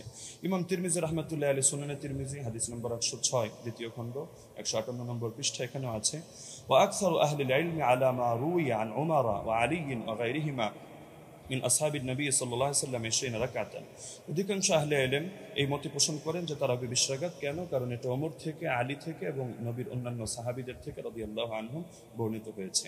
শায়খ বিন বাজ রাহমাতুল্লাহি আলাইহি সালাফিদের গ্রহণযোগ্য ব্যক্তিত্ব, আমরা মহব্বত করি, তিনি বলেন মাজমুউল ফাতাওয়া 11 নম্বর খণ্ড 322 নম্বর পৃষ্ঠা, ওয়া সাবাতা আনহুম আন্নাহুম সাল্লু বিআমরিহি 23, তাদের থেকে প্রমাণিত রয়েছে যে তারা ওমরের আদেশে তারা 23 রাকাত নামাজ আদায় করেছেন। শেখ সালেহ আল মুনাজ্জিদ তিনি বলেন যা আল আমরু আন ওমর ইবনে খাত্তাব রাদিয়াল্লাহু আনহু বিসালাতিল 20 রাকাতান, ওমর রাদিয়াল্লাহু আনহু থেকে 20 রাকাতের ব্যাপারে আদেশ এসেছে। তো সালাফি শায়খ হয়েও তারা বিষয়টা মেনে নিয়েছেন। তো এর পক্ষে আরো কিছু প্রাসঙ্গিক বর্ণনা আছে, যেটা শেখ সালেহ আল মুনাজ্জিদও তার islamkio.com এর মধ্যে অন্যান্য বর্ণনাগুলো এর পক্ষে প্রমাণ হিসাবে নিয়ে এসেছেন। সাইব বিন ইয়াজিদের বর্ণনা, অন্যান্য বর্ণনা, সেটা আমরা আপাতত টানছি না, সেটা পরবর্তী আলোচনার মধ্যে আমরা আনবো। হ্যাঁ, লাস্ট যে পয়েন্টটা আমি বলবো, যে আমরা তো স্পষ্টভাবে দেখালাম যে এর সনদের মধ্যেও দুর্বলতা নেই, মতনের মধ্যেও দুর্বলতা নেই। আর ইমামরা তো স্পষ্টভাবে বলে গিয়েছেন, যেমন খতিবে বাগদাদি রহমতুল্লাহ আলাইহি এবং হাফিজ ইবনুল কাইয়িম রাহিমাহুল্লাহ বলে গিয়েছেন, কোন হাদিসের উপর যদি উম্মতের আমল থাকে, আল ফাকি আল মুতাফাক্কি 1 নম্বর খণ্ড 473 পৃষ্ঠা, আর রূহ 21 নম্বর পৃষ্ঠা, তাহলে সেই হাদিসটা অবশ্যই গ্রহণযোগ্য হবে। এক্ষেত্রে আরো স্পষ্ট বক্তব্য আমরা ইমাম সৈয়ুতিরটা উল্লেখ করি। তিনি তাদরিবুর রাওয়ী কিতাবের মধ্যে এনেছেন 34 নম্বর পৃষ্ঠা, ইহকামুল হাদিস বিসিহা, হাদিসের ব্যাপারে সহিহ হুকুম দেওয়া হবে ইদা তালাক্কাহুন নাসু বিল কবুল, যখন উম্মত সেটাকে কবুল করে নিবে এবং সেটা গ্রহণ করবে। ওয়া ইল্লাম ইয়াকুন লাহু ইসনাদুন সহিহ, এমনকি যদি তার সহিহ সনদ নাও থাকে তবুও হাদিসটা গ্রহণযোগ্য হবে। এমনকি হাফিজ ইবনে হাজার আসকালানী রাহমাতুল্লাহ আলাইহি আন-নুকাত আলা কিতাবি মুকদ্দিমাত ইবনে সালার মধ্যে স্পষ্ট এনেছেন। এটা আপনারা আন-নুকাত আলা কিতাব ইবনে সালার মধ্যে প্রথম খণ্ড 494 495 পৃষ্ঠায় পাবেন যে মিন জুমলাতি সিফাতিল কবুল আল্লাতী লাম ইয়াতাআররাজ লাহা শাইখুনা ইয়াকসিদু জাইনাদ্দিন আল-ইরাকি আন ইয়াত্তাফিকা আল-উলামা আলা আল-আমাল বিমাদলুল হাদিস ফাইন্নাহু ইউকবালু হাত্তা ইয়াজিব আল-আমালু বিহি ওয়া ক্বাদ সাররাহা বিযালিকা জামাআতুন মিন আইম্মাতিল উসুল। হাদিস গ্রহণযোগ্য হয় যে সমস্ত গুণের কারণে। এর অন্যতম একটা গুণ হলো যে আলেমরা এই হাদিসের বক্তব্যের আলোকে আমল করার ব্যাপারে একমত হয়ে যান। তো এরকম যদি হয় তাহলে সেই হাদিসটা অবশ্যই কবুল হয় এবং তার দ্বারা আমল করা আবশ্যক হয়ে যায়। এটা হাদিসের মূলনীতি সংক্রান্ত আলোচনা যারা করেছেন যে ইমামরা, তারা স্পষ্টভাবে এই ব্যাপারে বক্তব্য দিয়েছেন। তো এটা হাফিজ ইবনে হাজার আসকালানী রাহমাতুল্লাহ আলাইহির বক্তব্য। তো আলোচনা আরো দীর্ঘ করা যেত, বাকি সময় যেহেতু সংক্ষিপ্ত, আমরা যে পয়েন্টগুলো টানলাম, তো ব্রাদার রাহুলের মধ্য থেকে কোনো একটা পয়েন্ট টেনে তিনি যদি দেখাতে পারেন যে না, এই শাস্ত্রের ওই মূলনীতিগুলো ভুল বা এর আলোকে এটা প্রমাণিত হয় না, তাহলে আমরা তার প্রতি কৃতজ্ঞ থাকবো যে হাদিস শাস্ত্রের নতুন আরেকটা জিনিস অ্যাড হলো। তো সুতরাং আমরা শাস্ত্রের আলোকে দেখিয়ে দিলাম যে না, ইমাম ওমর রাদিয়াল্লাহু তাআলা আনহু তিনি 20 রাকাত তারাবির আদেশ করেছেন। জাযাকুমুল্লাহু খাইরান। আপনাকে অনেক অনেক ধন্যবাদ মুফতি আলী হাসান ওসামা, আপনি যথাসময় শেষ করেছেন। বাদ বাকি আমি এখানেও বলে দিই যে 10 সেকেন্ড আমাদের কস হয়েছে, 10 সেকেন্ড ওসামা সাহেব বেশি পেয়েছেন। বাদ বাকি আমাদের এটা নিয়ে কোনো সে নেই আশা করি। যাই হোক, আমরা এখন যাব খণ্ডন পর্বে, এবং খণ্ডন পর্বে প্রথম 15 মিনিট আলোচনা করবেন মুহতারাম ব্রাদার রাহুল হোসেন, এবং আমি আপনার কাছে যাব, আপনি বললে আমি আপনার টাইমটা শুরু করব। আপনি মিউট হয়ে আছেন। জি, একটা স্লাইড আমি পাঠিয়েছি, এটা শো করতে হবে। স্লাইড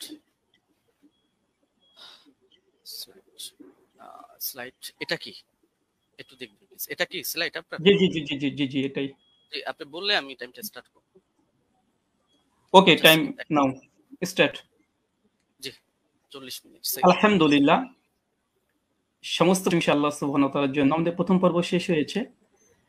তো মূল বিষয় হচ্ছে, এতক্ষণ আপনারা দেখলেন যে আমাদের উস্তাদজি তিনি তার প্রেজেন্টেশনে 20 রাকাত তারাবির পক্ষে তিনি দলিল উপস্থাপন করেছেন। তবে আমি হতাশ এই জন্য হয়েছি যে 8 রাকাতের পক্ষে আমরা যে হাদিসটা পেশ করেছি মুওয়াত্তা মালিক থেকে, মাত্র 4টে সনদের মধ্যে না কোনো দুর্বলতা আছে, না সনদের মধ্যে কোনো রাবির উপরে আপত্তি আছে, না সনদের মধ্যে কোনো ইনকিতা, সূত্র বিচ্ছিন্ন হয়েছে। এবং আমি ওস্তাদজিকে আমার 8টা প্রশ্নের মধ্যে 5 নম্বর প্রশ্ন ছিল এইটা, যে এমন একটি দলিল পেশ করবেন যেখানে সূত্র কোনো বিচ্ছিন্ন হয়নি, ইনকিতা নেই, সনের মধ্যে কোনো মুনকাতি কোনো সনদ পেশ করবেন না। দুর্ভাগ্যজনক হলে সত্য কথা, আজকে তিনি প্রথম যে দলিলটা পেশ করেছেন, তিনি একটা মুনকাতি একটা দলিল পেশ করেছেন, সূত্র বিচ্ছিন্ন একটা দলিল পেশ করেছেন। এবং এখানে ইয়াহিয়া সাইদ আল কাত্তান থেকে যে রাত পেশ করেছে মুসান্নাফ ইবনে আবি শাইবা থেকে আপনারা দেখেছেন। তো এখানে মুসান্নাফ ইবনে আবি শাইবাতে ইয়াহিয়া সাইদ আল কাত্তান তিনি দাবি করছেন বা বলছেন ইবনে ইয়াজিদ থেকে যে ওমর রাদিয়াল্লাহু তাআলা জামানায় 20 রাকাত তারাবির আদেশ দিয়েছে। আমার প্রশ্ন আবারও 9 নম্বর প্রশ্ন একটা যোগ হয়ে গেল, কাকে আদেশ করেছে, কাকে নাম বলতে হবে। মুওয়াত্তা মালিকের রিওয়ায়াতে পরিষ্কারভাবে আছে কাকে আদেশ করেছিলেন। 8 রাকাতের পক্ষে ওমর বিন খাত্তাব, সেটা হচ্ছে উবাই বিন কাব আর তামিম আদ-দারিকে। উস্তাদজি যে 20 রাকাতের আদেশের ওমর বিন খাত্তাব থেকে নিয়ে এসেছে, প্রথমটা সনদটা ইনকিতা আছে, সূত্র বিচ্ছিন্ন। ওমর বিন খাত্তাবের রাদিয়াল্লাহু তাআলা জামানা পর্যন্ত ইয়াহিয়া সাইদ আল কাত্তান পান নাই। আর দ্বিতীয়ত, এই হাদিসের মধ্যে আমার প্রথম আর একটা প্রশ্ন যুক্ত হয়ে যায় যে এখানে কাকে নির্দেশ দিয়েছে, কোন সাহাবীর নাম বলতে হবে। এই পয়েন্টটাকে নোট করে আমি রিবাটাল সেশনে উস্তাদের কাছে জবাব আমি আশা করছি। আমি অবাক হয়েছি, দ্বিতীয় অবাক হচ্ছে এটা যে আমার উস্তাদজি তিনি হাদিসটা মুরসাল হককে অস্বীকার করলেন এবং তিনি সঙ্গে সঙ্গে কথা বললেন যারা মুরসাল বলে তারা নাকি জ্ঞান পাপী বা জ্ঞান স্বল্প বুদ্ধি যারা আছে তারাই নাকি এই হাদিসটাকে ইনকেতা বলে। চলেন এই হাদিসের প্রথমত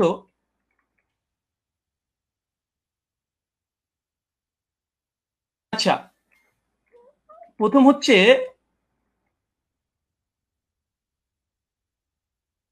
যে দলিলটা পেশ করেছেন মুনকাতি হাদিস, এই হাদিস নাকি মুরসাল তিনি অস্বীকার করেছেন, ইনকারের সনদ বিচ্ছিন্ন। অথচ আমরা দেখছি দেখেন এটা হচ্ছে আসরুস সুনান, আল্লামা নিমবি হানাফি তার একটি কিতাব, তার আসরুস সুনানের 779 নম্বর হাদিসে দেখেন ইয়াহিয়া সাইদ থেকে ওই রিওয়ায়াতটা নিয়ে এসেছে যেটা উস্তাদ জি মুসান্নাফ ইবনে আবি শাইবা থেকে পড়েছেন। হাদিসটা নিয়ে আসার পরে বলছে ও ইসনাদহু মুরসাল, তিনি পরিষ্কার দাবি করছেন যে এই সনদ হচ্ছে ইনকেতা ঘটেছে, সনদের মধ্যে বিচ্ছিন্ন ঘটেছে। ইয়াহিয়া সাইদ আল কাত্তাম রাহিমাহুল্লাহ তিনি উমর বিন খাত্তাবের জামানা পাই নাই, আর তিনি এটাকে পুরোটাকে অস্বীকার করে দিলেন। আমি এটা খুব আশ্চর্য হয়েছি। তারপরে যদিও তিনি এখানে কবিন শব্দটা লিখে দিয়েছেন যে যদিও মুরসাল সূত্র বিচ্ছিন্ন তবে নাকি শক্তিশালী। আর একটা প্রশ্ন যুক্ত হয়ে গেল, উস্তাদজিকে বলবো হাদিস সহিহ হওয়ার জন্য কয়টা শর্ত? সমস্ত মুসলিম উম্মার ইজমা আছে হাদিস সহিহ হওয়ার জন্য 5টা শর্ত, এবং প্রথম যে শর্ত সে হচ্ছে সনদ মানে একদম মুত্তাসিল হতে হবে, সনদের মধ্যে কোনো যেন বিচ্ছিন্নতা না ঘটে, কোনো ইনকেতা না ঘটে, সূত্র যেন বিচ্ছিন্ন না হয়। এর চেয়ে হাদিস সহিহ হওয়ার জন্য এটা হচ্ছে ইজমাই শর্ত। সে হানাফি বলেন, আহলে হাদিস, শাফি, মালিকি যেই বলেন, সমস্ত উম্মত একমত হাদিস 5টা শর্তে সহিহ হয়। প্রথম শর্ত হচ্ছে ইত্তেসাল হতে হবে, মুত্তাসিল হতে হবে, সনদ যেন একদম কোনো মাঝখান থেকে চেঞ্জ যেন ব্রেক না করে। অবাক হলাম, তিনি এই হাদিস একটা মুরসাল হাদিস তিনি নিজে প্রথমে স্বীকার করে নিয়েছেন কয়েকবার, আবারও স্বীকার করতেও যাচ্ছেন না। অথচ এখানে আসরুস সুনানে আল্লামা নিউবি হানাফি রাহিমাহুল্লাহ তিনি পরিষ্কার দাবি করে নিয়েছেন এই হাদিসের মধ্যে ইনকেতা ঘটেছে, এটা মুরসাল হাদিস, সূত্র বিচ্ছিন্ন হাদিস, তবে কওয়িন, তবে সনদের যে রাবিগুলো আছে এরা শক্তিশালী। হাদিস সহিহ হওয়ার জন্য যেহেতু রিজাল শাস্ত্রের আলোকে এবং হাদিস শাস্ত্রের আলোকে আমাদের দলিল উপস্থাপন করতে হবে, তো হাদিস সহিহ হওয়ার জন্য ওস্তাদ দেখেছি আমার জানার জন্য প্রশ্ন, বিনয়ের সঙ্গে প্রশ্ন, মানে মুত্তাসিল হওয়া এটা শর্ত কি? শর্ত একটু জানাবেন 5টা শর্তের মধ্যে। আর এই সনদের মধ্যে যে মুত্তাসিল, এই সনদের মধ্যে বিচ্ছিন্নতা ঘটেনি, এটা প্রমাণ পেশ করবেন। চলুন এই দেখেন ইয়াহিয়া সাইদ আল আনসারীর এই বর্ণনাকে বাংলাদেশের জগৎ বিখ্যাত আমাদের আলী হোসেন ওসামা জিরো ওস্তাদ যে হবে আমার জানা মতে, না হলেও রুহানি উস্তাদ হবে, দলিল ও নামাজের মাসাল এই বইটা মোটামুটি 4 জন আলেম মিলে লিখেছে। এক মৌলানা তাহমিদুল মাওলা, আব্দুল মালিক সাহেব, আব্দুল মতিন সাহেব এবং আবু আকাস মৌলানা, 4 জন মিলে বইটাকে রচনা করেছে। এই তারাবির মাসালাতে 410 নম্বর এবং 411 নম্বর পৃষ্ঠাতে এই দলিলটা নিয়ে এসেছে। নিয়ে আসার পরে এই দলিলটাকে সামনে রেখে তিনি বলছেন যে মুসান্নাফের এই দলিলটা, এই বর্ণনাটির সনদ সহি, তবে ইয়াহিয়া সাইদ যেহেতু হযরত ওমরের যুগ পাননি, আবার কার কাছ থেকে শুনেছেন তাও বলেনি, এই কারণে এটিকে মুনকাতি, সূত্র বিচ্ছিন্ন বলা হয়।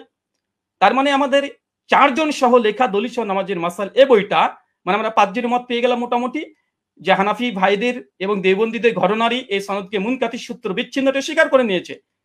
যদি এরা যদি মূর্খ হয়, আল্লাহু আলাম বিসব, হতে পারে, আমি এখানে কোনো কমেন্ট করব না।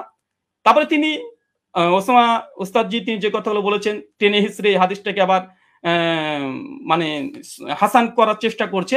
তো মূল কথা সনদের মধ্যে বিচ্ছিন্নতা ঘটেছে এবং হাদিসটার মধ্যে ইনকেতা ঘটেছে। আর বারবার উস্তাদজি বলছে হাদিসটা মুরসাল, আসলে হাদিসটা মুরসাল না মুনকাতি, কারণ এই হাদিসটা মুরসাল হলে নবীর দিকে নিসবত হতো, যখন নবীর দিকে নিসবত না, এটা ওমরের দিকে নিসবত হয়েছে যে ওমর আদেশ করেছে, তা হাদিসটা মুরসাল নাই, বরং এখানে ইনকেতা বলাটাই বেশি যৌক্তিক, মুনকাতি এই হাদিস। তার জন্য এখানে আরেকটা পয়েন্ট দেখে নিন,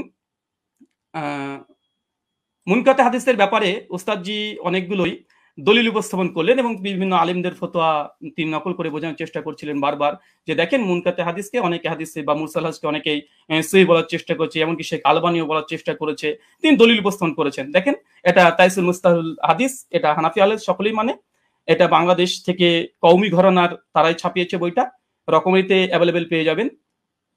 এখানে দেখেন মুনকাতি হাদিসের উদাহরণ একটা দেওয়ার পরে বলছে মুনকাতি হাদিসের হুকুম কি, বলছে উলামায়ে কেরাম এ বিষয়ে একমত, মানে ইজমা দাবি করছে। বিলুপ্ত রাবি অবস্থা অজ্ঞতা থাকার কারণে মুনকাতি হাদিস যঈফ হিসেবে গণ্য। এখানে একটা সংক্ষিপ্ত সাধারণ শ্রোতার জন্য বলি যে ইয়াহিয়া সাইদ আল কাত্তান তার ওমর বিন খাত্তাবের জামানায় পায়নি। ওমর বিন খাত্তাবের মৃত্যুর প্রায় 40 থেকে 50 বছর পর এই রাবি জন্মগ্রহণ করেছে। ওমর বিন খাত্তাব জামানায় পায়নি। তিনি কিভাবে বলে দিলেন যে ওমরের জামানাতে অমুক অমুক ব্যক্তি, আবার নাম উল্লেখ নেই যে কাকে নির্দেশ দিয়েছে, নাম উল্লেখ নেই হাদিসে যে 20 ডাকাতের আদেশ করেছে। এখন যদি কেউ দাবি করে যে পাকিস্তানি আমলে ব্রিটিশদের সঙ্গে অমুক ব্যক্তি এবিসি ও দালালি করেছে, আজকের যুগের কোনো মানুষ যদি দাবি করে দেয় অথবা তার যুগও আমি পাইনি, পাকিস্তানি আমল আমি পাইনি, যে দাবি করে দেয়, এ দাবিটা কেমন যৌক্তিক হতে পারে? ঠিক এই হাদিসের সঙ্গে সেটাই ঘটেছে। যিনি বর্ণনা করছেন ওনার সঙ্গে ওমর বিন খাত্তাবের জামানায় তিনি পাননি। ওমর বিন খাত্তাবের মৃত্যুর প্রায় 40 থেকে 50 বছর পর এই ব্যক্তি জন্মগ্রহণ করা হচ্ছে। আর মুনকাতে হাদিসের, এটা মুস্তালাহুল হাদিসের স্পষ্ট দলিল এখানে বিদ্যমান যে মুনকাতে হাদিস এটা যায়ীফ হয়। আচ্ছা, এরপর একটা দেখেন মুরসাল হাদিস বিষয়েও এই মুস্তালাহুল হাদিসের মধ্যে আসছে পরিষ্কার ভাবে। কি বলছে দেখেন, উসুলবিদের দৃষ্টিতে মুরসাল এর অর্থ ব্যাপক। তাদের নিকটে প্রতিটি মুনকাতি রিওয়ায়াত মুরসাল, মানে এটা ইস্তাহালি হিসাবে অনেকেই মুনকা থেকে মুরসাল ব্যবহার করে ইস্তাহাল হিসাবে, কিন্তু হুকুম হিসাবে নয়। এরপর বলছে দেখেন, সনদের যে কোনো স্তর থেকে রাবি বাদ পড়ুক না কেন, খতিব বাগদাদির অভিমত হচ্ছে এইটা। এরপরে হুকুম বলছে, কি বলছে দেখেন, যে প্রকৃতপক্ষে মুরসাল হাদিসে জয়ীফ। যদি উস্তাদজি এটা অস্বীকার করতেন না এটা মুনকাতে হাদিস না, এটা মুরসাল হাদিস, যদি অস্বীকার করে দিয়েছিলেন, তাদের ঘর থেকে দেখানো হচ্ছে হাদিসটা তারা মুনকাতে স্বীকার করে নিয়েছে। দৈশন নামাজের মাসালাতে মুনকাতে স্বীকার করেছে, আর আসার সুনাতে নিমবি তিনি মুরসাল স্বীকার করে নিয়েছেন। আচ্ছা, তারপরেও যদি ওসমান সাহেব বারবার এটাকে মুরসাল এটা অস্বীকার করেও এটা নিয়েই বারবার আলোচনা করে মুরসাল হাদিসের ব্যাপারে হুকুম কি দিচ্ছে দেখেন, যে প্রকৃতপক্ষে মুরসাল হাদিসের জয়ীফ এবং বর্জনীয়, পরিষ্কার। আচ্ছা চলেন, এটা সহিহ মুসলিম মুকদ্দমা উঠে দেখবেন, এটা ইসলামিক সেন্টার থেকে ছাপানো, আরবিটাও আপনারা ভালোভাবে পড়তে পারবেন। এবং এখানে ইমাম মুসলিম রাহিমাহুল্লাহ তিনি পরিষ্কার মুরসাল হাদিসের একটা বাব কায়েম করেছে। বাব কায়েম করার পরে ইমাম মুসলিম সহিহ মুসলিম রচনার পূর্বে মুকদ্দমা শুধু উসুলে হাদিস দিয়ে তিনি একদম পালাতে রেখেছেন। তার মধ্যে মুরসাল আলোচনা করতে গিয়ে তিনি বলছেন যে মুরসাল রিওয়ায়াত হাদিস সময়ের ব্যাপারে আমাদের মুহাদ্দিসদের মানে মুহাদ্দিসগণের কেরামের অভিমত হচ্ছে মুরসাল হাদিস হুজ্জাত দলিল হিসেবে পরিগণিত হবে না। মানে কোন হাদিসের সনদের মধ্যে যদি বিচ্ছিন্ন ঘটে, যেটা আমাদের উস্তাদ যে আজকে দলিল পেশ করেছে, তাহলে সেটা কোনোভাবে হিসেবে গ্রহণযোগ্য নয়। সর্বশেষে বলছে ফলে তা মুরসাল হওয়ার সম্ভাবনায় আমাদের নিকটে হুজ্জত বা দলিল হিসেবে পরিগণিত হবে না। এবং ইমাম মুসলিম রাহিমাহুল্লাহ তিনি বলছেন মুরসাল হাদিস হোক, সনদ যদি বিচ্ছিন্ন ঘটে যায়, এই হাদিস সহিহ নয়, এটা বর্জনীয়, এটা যায়ীফ, এটা মারদুদ। এবং হাদিস সহিহ অর্জনের যে 5টা শর্ত, ইজমা আছে, এরপরে ইজমা দাবি করলাম, ইজমা আছে। প্রথম শর্ত হচ্ছে যে মুত্তাসিল হতে হবে। আচ্ছা, এখানে দেখেন উনি আলবানী রাহিমাহুল্লাহর এই সুলাইমান আর তাউসের একটা রিওয়ায়াত নিয়ে এসে বলছেন যে আলবানী দেখো তোমাদের ঘরে আলবানী একটা মুরসাল হাদিসকে হুজ্জাত গ্রহণ করে নিয়েছে। আমি একই টিট ফর ট্যাট দিয়ে দিলাম উস্তাদজিকে যে দেখেন আপনাদের দলিল নামাজের মাসালে বইয়ে আহলে হাদিসদের একটা দলিল খণ্ডন করতে গিয়ে এখানে মৌলানা আব্দুল মালিক সাহেব, আব্দুল মতিন সাহেব এবং তামহিদুল মাওলা সাহেব, আরো 4 জন বড় বড় বিজ্ঞ ওলামা, তারা কি বলছে, এই হিসাবে সুলাইমান ও তাউসের মাঝে আরেকটি বিচ্ছিন্নতা সৃষ্টি হয়েছে, মানে সূত্র বিচ্ছিন্ন হয়েছে, যার কারণে হাদিসটা হাসান মানে সহিহ তদুর কিবা হাসান হওয়া দুষ্কর হয়ে পড়েছে। এটা আমাদের দেওবন্দি বাংলাদেশি ওলামা মাশায়েখ যারা আছেন, বিশেষ করে কওমি ঘরানার, তাদের যারা লিখেছে ওটা একদম সকলে মাথার ওপরে তারা। তা আলবানী যেমন দলিল দিয়েছিল, আমি পাল্টা একটা দলিল দিয়ে দিলাম। আচ্ছা, এই হচ্ছে। আচ্ছা, এখানে আরেকটা দলিল তিনি যেহেতু ইয়াহিয়া সাইদ আল আনসারী থেকে একটা হাদিস মাত্র দিয়েছে, তবে বিন বাজ রাহিমাহুল্লাহ ফতোয়া পড়তে গিয়ে তিনি আরেকটা রিওয়ায়াত পেশ করেছেন, সেটা হচ্ছে ইয়াজিদ বিন রোমান থেকে। দেখেন 2 নম্বর যে দলিলটা দিয়েছে একই অবস্থা, ইয়াজিদ বিন রোমানের দলিলটাও এটাও ইনকেতা, সনদ বিচ্ছিন্ন হয়েছে। এবং আমার চ্যালেঞ্জ ছিল উস্তাদজিকে, বা আমার অনুরোধ ছিল যে উস্তাদজি এমন একটা দলিল পেশ করবেন যার মধ্যে কোনো বিচ্ছিন্নতা ঘটেনি, কোনো ইরসাল হয়নি, এবং এমন একটা হাদিস পেশ করলেন যে হাদিসে কাকে যে আদেশ করা হয়েছে তার নাম উল্লেখ নেই, অথচ মুয়াত্তা মালিক আলহামদুলিল্লাহ সনদের মধ্যে কোনো ইরসাল নেই, ইনকেতা ঘটেনি, সনদের মধ্যে কোনো রাবির উপরে জাররা পরিমাণে কোনো জারা নেই, সনদে কোন ব্যক্তিকে কোন সাহাবী ওমর বিন খাত্তাব 8 টাকা তারাবির আদেশ করেছে সেটাও মজুদ আছে, আলহামদুলিল্লাহ। কিন্তু আমাদের উস্তাদজি 15 মিনিট সময় নিয়ে তিনি মাত্র একটা দলিল পেশ করেছেন, বিন বাজের ফতোয়াতে এই ইয়াজিদ বিন রোমানের এর অর্থে চলে এসেছে। এটাই একই অবস্থা। কি বলছেন দেখেন, দৈশন নামাজের মাসালাতেই বলছে, কি বলছে, এটিও একজন তাবির সাক্ষ্য মুহাদ্দিসগণের পরিভাষা অনুযায়ী বা এটাকে মুনকাতি মুরসাল বলা হয়, কারণ ইয়াজিদ ইবনে রোমান হযরত ওমরের যুগ পাননি। একই সমস্যা, এটাকে যঈফ বলা উচিত নয়। তারপরে মাসলাকে আহনাফের নিকটে যেহেতু মুরসাল হাদিস হুজ্জাত, যঈফ হাদিস হুজ্জাত, ফজিলতের ক্ষেত্রে যঈফ হাদিস হুজ্জাত, তার মানে এখান থেকে বোঝা গেল যে আহলে হাদিসরা যে দলিল পেশ করেছে আলহামদুলিল্লাহ, এর মধ্যে কোনো বিচ্ছিন্নতা নেই। আমাদের হানাফি ভাইদের পক্ষ থেকে যে দলিলটা আমরা পেয়েছি প্রথম পর্বেই, কারণ প্রথম দলিল মানে মজবুত দলিল দেয় মানুষ, প্রথম যেটা দেয় সেটা মজবুতই দেয়। কিন্তু দুর্ভাগ্য, সনদের মধ্যে বিচ্ছিন্নতা ঘটে গেছে, সনদের মধ্যে ইনকেতা ঘটে গেছে, মাকড়সার জালের মতো দুর্বল একটা সনদ দিয়ে এটাকে আজকে দাবি হিসাবে দলিল পেশ করা, ওস্তাদজির কাছে আমি বিষয়টা একটু কেমন ভাবে মনে হচ্ছে, যেটা কেমন ঘটে গেল, যে প্রথম সনদেই এরকম একটা ঘটনা ঘটে যাবে। আচ্ছা, 2 নম্বর, আমার উস্তাদজি জাস্ট দুটো দলিলই পেশ করেছে তার প্রেজেন্টেশনে, দুটো দলিল এখানে আমি খণ্ডন করেছি। তাছাড়া তিনি আদার্স যে কথা না, তিনি তেমন কোনো কথা বলেনি, দুটো হাদিস নিয়ে। আর মুনকাতে হাদিস হুজ্জাত বা মুরসাল হাদিস হুজ্জাত, তিনি এই বিষয়ে করে কথা বলতে চেয়েছেন। আমিও দেখিয়েছি যে ইমাম মুসলিমের নিকটে মুরসাল মুনকাতে হাদিস মানে গ্রহণযোগ্য নয়।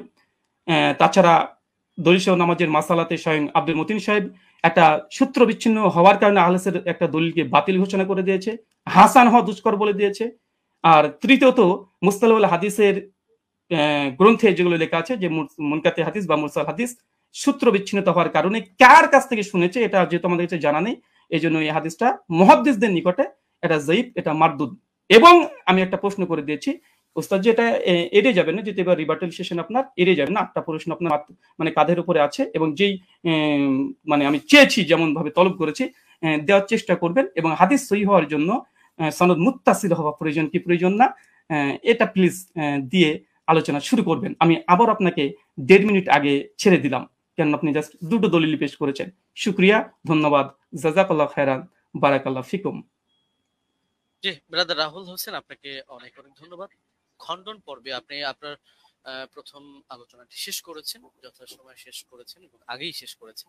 যেহেতু আমি চলে যাব খণ্ডনের দ্বিতীয় আলোচক যিনি মুফতি শেখ আলী হাসান ওসমান আপনার কাছে, এবং আপনি বললে আমি আপনার টাইমটা শুরু করে দেব। জি, একটু দর্শকদের উদ্দেশ্যে বলবো, দর্শক যারাই দেখছেন অবশ্যই প্রোগ্রামটি শেয়ার করে অন্যকে দেখার জন্য সুযোগ করে দিবেন ইনশাআল্লাহ। জি, আলী হাসান ওসমান আপনার কাছে যাচ্ছি। হামিদান মুসাল্লিয়ান মুসাল্লিম আম্মা বাদ। শাস্ত্রীয় ব্যক্তি ছাড়া আসলে শাস্ত্রীয় আলোচনাটা একটু জটিল ব্যাপারই, যে যতটুকু পরে তার আলোকে গোটা দুনিয়াটাকে মূল্যায়ন করে। তো আমরা যে আলোচনাগুলো করেছি সবগুলো শাস্ত্রীয় মূলনীতিকে উনি এড়িয়ে গিয়ে আমাদের ব্রাদার রাহুল ভাই তিনি হলো অন্যান্য এদিক সেদিকের কথা টেনে, এবং মজার একটা ব্যাপার হলো উনি কি বলবেন আমরা মোটামুটি সবই এক থেকে আইডিয়া করতে পেরেছি, লেকিন আমি যেগুলো বলেছি এটা হয়তো ওনার আনকমন করে গেছে, উনি যার কারণে বিষয়গুলো স্কিপ করে গেছেন। হাতে সময় ছিল তিনি খণ্ডন করতে পারতেন, তো কি কি স্কিপ করেছেন আর এই খণ্ডন পর্বে যে অসঙ্গতিগুলো বলেছেন এটা নিয়ে তো আমি নেক্সট পর্বে আলোচনা করবো। আগে ওনার কেস প্রেজেন্টেশনের মধ্যে উনি যে কথাগুলো বলেছেন আমরা সেটা মূল্যায়নে আসি। একটা কথা তো তিনি গর্বের সাথে বললেন যে হাদিস সহিহ হওয়ার জন্য 5টা শর্তের ব্যাপারে ইজমা আছে, যে অবশ্যই একমত, ইজমা আছে। তো যার কারণে 3টা জিনিস দেখতে হয় সনদে আর 2টো জিনিস দেখতে হয় মতনের মধ্যে, অর্থাৎ মূল টেক্সটের মধ্যে। আপনি দীর্ঘ 15 মিনিট নিয়ে খুব গর্বের সাথে বুক ফুলিয়ে ফুলিয়ে অনেকগুলো কিতাবের রেফারেন্সের আলোকে আপনি শুধু সনদের সৌন্দর্য তুলে ধরেছেন, একেবারে কি কি ফজিলত আছে এটা তুলে ধরেছেন, মতনের বিষয়টা স্কিপ করে গিয়েছেন, আর প্রশ্ন তো কিছু ছড়িয়ে দিয়েছেন। তো আমরা কিছু প্রশ্নের জবাব আমাদের কথার মধ্যে অটো চলে আসবে, বাকিগুলো আমরা আলোচনায় আনবো যেগুলো প্রাসঙ্গিক। আচ্ছা, এখন আমরা আগে মূল আলোচনায় আসি। একটু বোঝার সুবিধার্থে একটু কথাটা শুরু থেকে টানি। ওমর রাদিয়াল্লাহু তাআলা আনহু থেকে তারাবির রাকাত সংখ্যার বর্ণনাকারী 6 জন রয়েছেন। এর মধ্যে একজন তো সাহেব বিন ইয়াজিদ রাদিয়াল্লাহু তাআলা আনহু, আমরা তার প্রসঙ্গে আসছি। আর এছাড়াও আরো বাকি 5 জন রয়েছেন, যাদের 5 জনের প্রত্যেকেই সংখ্যাটা তারাবির রাকাত সংখ্যা 20 বলে উল্লেখ করেছেন। ইয়াজিদ বিন রুমান তিনি 23 বলেছেন, বেতের সহ মুয়াত্তা মালিকে আছে। আব্দুল আজিজ বিন রুফাই 20 বলেছেন, মুসান্নাফ ইবনে আবি শাইবা আছে। উবাই বিন কাব 20 বলেছেন, মুসনাদে আহমদ বিন মানিতে আছে। ইয়াহইয়া ইবনে সাঈদ 20 বলেছেন, আমরা আগে উল্লেখ করেছি। মুহাম্মদ বিন কাব কুরাজি 20 বলেছেন, কিয়ামুল লাইল মারওয়াজির মধ্যে আছে, ইত্যাদি। এখন বাকি থাকলো শুধু সাহেব বিন ইয়াজিদের কথা। সাহেব বিন ইয়াজিদ থেকে তার 3 জন শাগরেদ এই বিষয়ক হাদিস বর্ণনা করেছেন। একজন হলো ইয়াজিদ বিন হুসাইফা, তিনিও 20 বর্ণনা করেছেন, সুনানে কুবরা বাইহাকিতে আছে। দ্বিতীয় হারিস বিন আব্দুর রহমান বিন আবি যুবাব, তিনি 23 বর্ণনা করেছেন, অর্থাৎ বেতের সহ, এটা মুসান্নাফে আব্দুর রাজ্জাকে আছে। আর 3 নম্বর হলো মোহাম্মদ বিন ইউসুফ, যে সূত্রটা টেনে তিনি গর্বের সাথে বলেছেন যে একমাত্র আমরা একটা দলিল দিলাম, বাকি দলিলগুলো আমরা পরে আনবো। বাস্তব কথা হলো ওমর রাদিয়াল্লাহু আনহু 11 আদেশ করেছেন এই মর্মে, অন্য কোনো বিশুদ্ধ দলিল তিনি আদৌ আনতে পারবেন কিনা এটাই চিন্তার বিষয়। তো এখন যে মোহাম্মদ বিন ইউসুফ সূত্রে তিনি আনলেন, সেই মোহাম্মদ বিন ইউসুফ থেকে এই সংক্রান্ত হাদিসটা বর্ণনা করেছেন 5 জন। এখন 5 জনের মধ্যে রেওয়ায়েতে কারোর সাথে কারোর মিল নেই, এক একজন এক একভাবে রেওয়ায়েত করেছেন। এর মধ্যে সবচাইতে মজার বিষয় হলো তিনি যে সনদটা এনেছেন, এখানে তো ইমাম মালিক রহমতুল্লাহ আলী তার সূত্রে বয়ান করেছেন 11 রাকাত, এরকম আরো 2-1টা বর্ণনা আছে, কিন্তু দেখা যাচ্ছে মোহাম্মদ বিন ইসহাক রহমতুল্লাহ আলী তিনি বর্ণনা করেছেন এই মোহাম্মদ বিন ইউসুফ থেকে 13 রাকাতের কথা, যেটা মুসনাদে আহমদ বিন মানিতে আছে। এছাড়া দাউদ বিন কায়েস রহমতুল্লাহ আলী তিনি এবং আরো অনেকে 21 রাকাতের কথা বর্ণনা করেছেন, যেটা মুসান্নাফে আব্দুর রাজ্জাকে বিশুদ্ধ সনদে আছে। যদি এটা সনদ নিয়ে চ্যালেঞ্জ করেন আমরা তাহলে সনদের আলোচনায় আসবো। তো দেখা যাচ্ছে মতনের মধ্যে মিল নেই, মতনের মধ্যে এখানে সমস্যা বিদ্যমান। সব সাগরেদরা বলছে একভাবে, কিন্তু মোহাম্মদ বিন ইউসুফ থেকে এসে দেখা যাচ্ছে যে এখানে সনদের মধ্যে যদিও যারা বয়ান করেছেন সনদের বিশুদ্ধতা আছে, এটা নিয়ে আমি আপত্তি করছি না, কিন্তু হাদিস সহিহ হওয়ার জন্য যদি 5টা শর্ত, শুধু সনদ ঠিক থাকলেই হবে না। এমন বহুত হাদিস আছে সনদ সুন্দর কিন্তু তার ইসের মধ্যে মতনের মধ্যে সমস্যা আছে। তো এখানে মতনের মধ্যে যে ঝামেলাটা হয়েছে এটাকে ইস্তেরাব বলে। ইস্তেরাব মানে হলো যে কোথায় 21 রাকাতের কথা আর কোথায় হলো 11 রাকাতের কথা, আবার কোথায় 13 রাকাতের কথা। যদিও 13 নিয়ে একটা ব্যাখ্যা ওনারা দাঁড় করানোর চেষ্টা করেন ধারণাপ্রসূত ভাবে, তো সেটা আপাতত বাদই দিলাম। তো 21 রাকাত আর 11 রাকাত সম্পূর্ণ ভিন্ন কথা, কিন্তু মূল বর্ণনাকারী একজন। তো এখন হাদিসের মধ্যে যদি ইস্তেরাব পয়দা হয় তাহলে হাদিসটা দুর্বল হয়ে যায়। এটা তাদরিবুর রাওয়ী বিশরহ তাকরিবুন নাওয়াবী পৃষ্ঠা 133-এর মধ্যে স্পষ্টভাবে লেখা আছে, আল ইস্তেরাব ইউজিবু দাফাল হাদিস। তাহলে স্পষ্ট এটা যে এখানে বর্ণনাকারী যারা রয়েছেন তারা যদিও সহি মানের, কিন্তু মতনের মধ্যে ইস্তেরাব থাকার কারণে হাদিসটা গর্বের সাথে যদিও সহি বলার চেষ্টা করছেন, কিন্তু হাদিসটা মতনগত কারণে এটা সহি না, বরঞ্চ এটা যায়িফ হাদিস। এটা হেলাউ সুনানের মধ্যে 7ম খণ্ড 145 146 স্পষ্টভাবে লম্বা চৌড়া আলোক আছে। শেখ জাফর আহমদ ওসমানী রহমতুল্লাহ আলী লিখেছেন, হাদা আথরুল মুস্তারিবুল মাতনি উখতুলিফা ফিহি আলা মুহাম্মদ ইবনে ইউসুফ। বলতে বলতে তিনি গিয়ে শেষে জানাচ্ছেন, ওয়াহাদা ইখতিলাফুন ইউসকিতুল ইহতিজাজ বিল আসার। এই জাতীয় ইস্তেরাব থাকলে এটা আসর দিয়ে আর দলিল দেওয়া যায় না, এটা দলিল অযোগ্য হয়ে যায়। তো এখানে ভুলটা কে করেছেন? ভুলটা মূলত ইমাম মালিকও করেননি, ইয়াহইয়া বিন সাঈদ কাত্তানও করেননি। ভুলটা হয়েছে এখানে, অসঙ্গতিটা প্রকাশ পেয়েছে মোহাম্মদ বিন ইউসুফ থেকে। যদিও তিনি উচ্চ পর্যায়ের রাবী, কোনো সন্দেহ নেই, কিন্তু এক এক সময় তিনি এক একভাবে বয়ান করেছেন, তো যার কারণে জিনিসটা এটা দুর্বলে প্রমাণিত হয়ে গিয়েছে। আচ্ছা, দ্বিতীয় পয়েন্ট হলো যে হাদিসের বর্ণনাকারী যারা, তাদের আমলই তো এর খেলাফ। ইমাম মালিক রহমতুল্লাহ এর আমল দেখা যাচ্ছে যে তিনি 8 রাকাতের পক্ষে না। সাহেব বিন ইয়াজিদ তার আমলও এর খেলাফ। একইভাবে যাকে আদেশ করেছেন বলে তিনি উল্লেখ করলেন যে 2 জনের নামের মধ্যে উবাই বিন কাব রয়েছে, উবাই বিন কাবের ব্যাপারে আছে যে না, তার আমলও এর খেলাফ। ইমাম মালিক রহমতুল্লাহ আলী প্রসঙ্গে লম্বচর আলোচনা করা যাবে তার মাযহাবের সরাসরি তার শাগরেদদের রেফারেন্স দিয়ে, এবং এর বাইরে যে মতগুলো প্রচারিত আছে মূলত আমি সহজে বলে দিই যে তার থেকে 2টা মত আছে, এক হলো 20 রাকাতের কথা, এক হলো 36 রাকাতের কথা। 20 রাকাতের কথা ইমাম ইবনে আব্দুল বার রহমতুল্লাহ আলী নকল করেছেন, এবং তার মাযহাবের কোনো কোনো কিতাব যেমন দুসুকের মধ্যে, আনোয়ারের সাথে আর মধ্যে এটা আছে। বাকি 36 রাকাতের কথাটাই তার থেকে সবচাইতে বেশি প্রসিদ্ধ এবং মুতাবার। তাহলে দেখা যাচ্ছে যে তার আমলের ব্যতিক্রম। এটা বিদায়াতুল মুস্তাহিদ 1 নম্বর খণ্ড 214 নম্বর পৃষ্ঠা উদাহরণ হিসেবে দেখা যেতে পারে, আরো প্রচুর রেফারেন্স আছে, প্রয়োজন হলে আমরা দেব।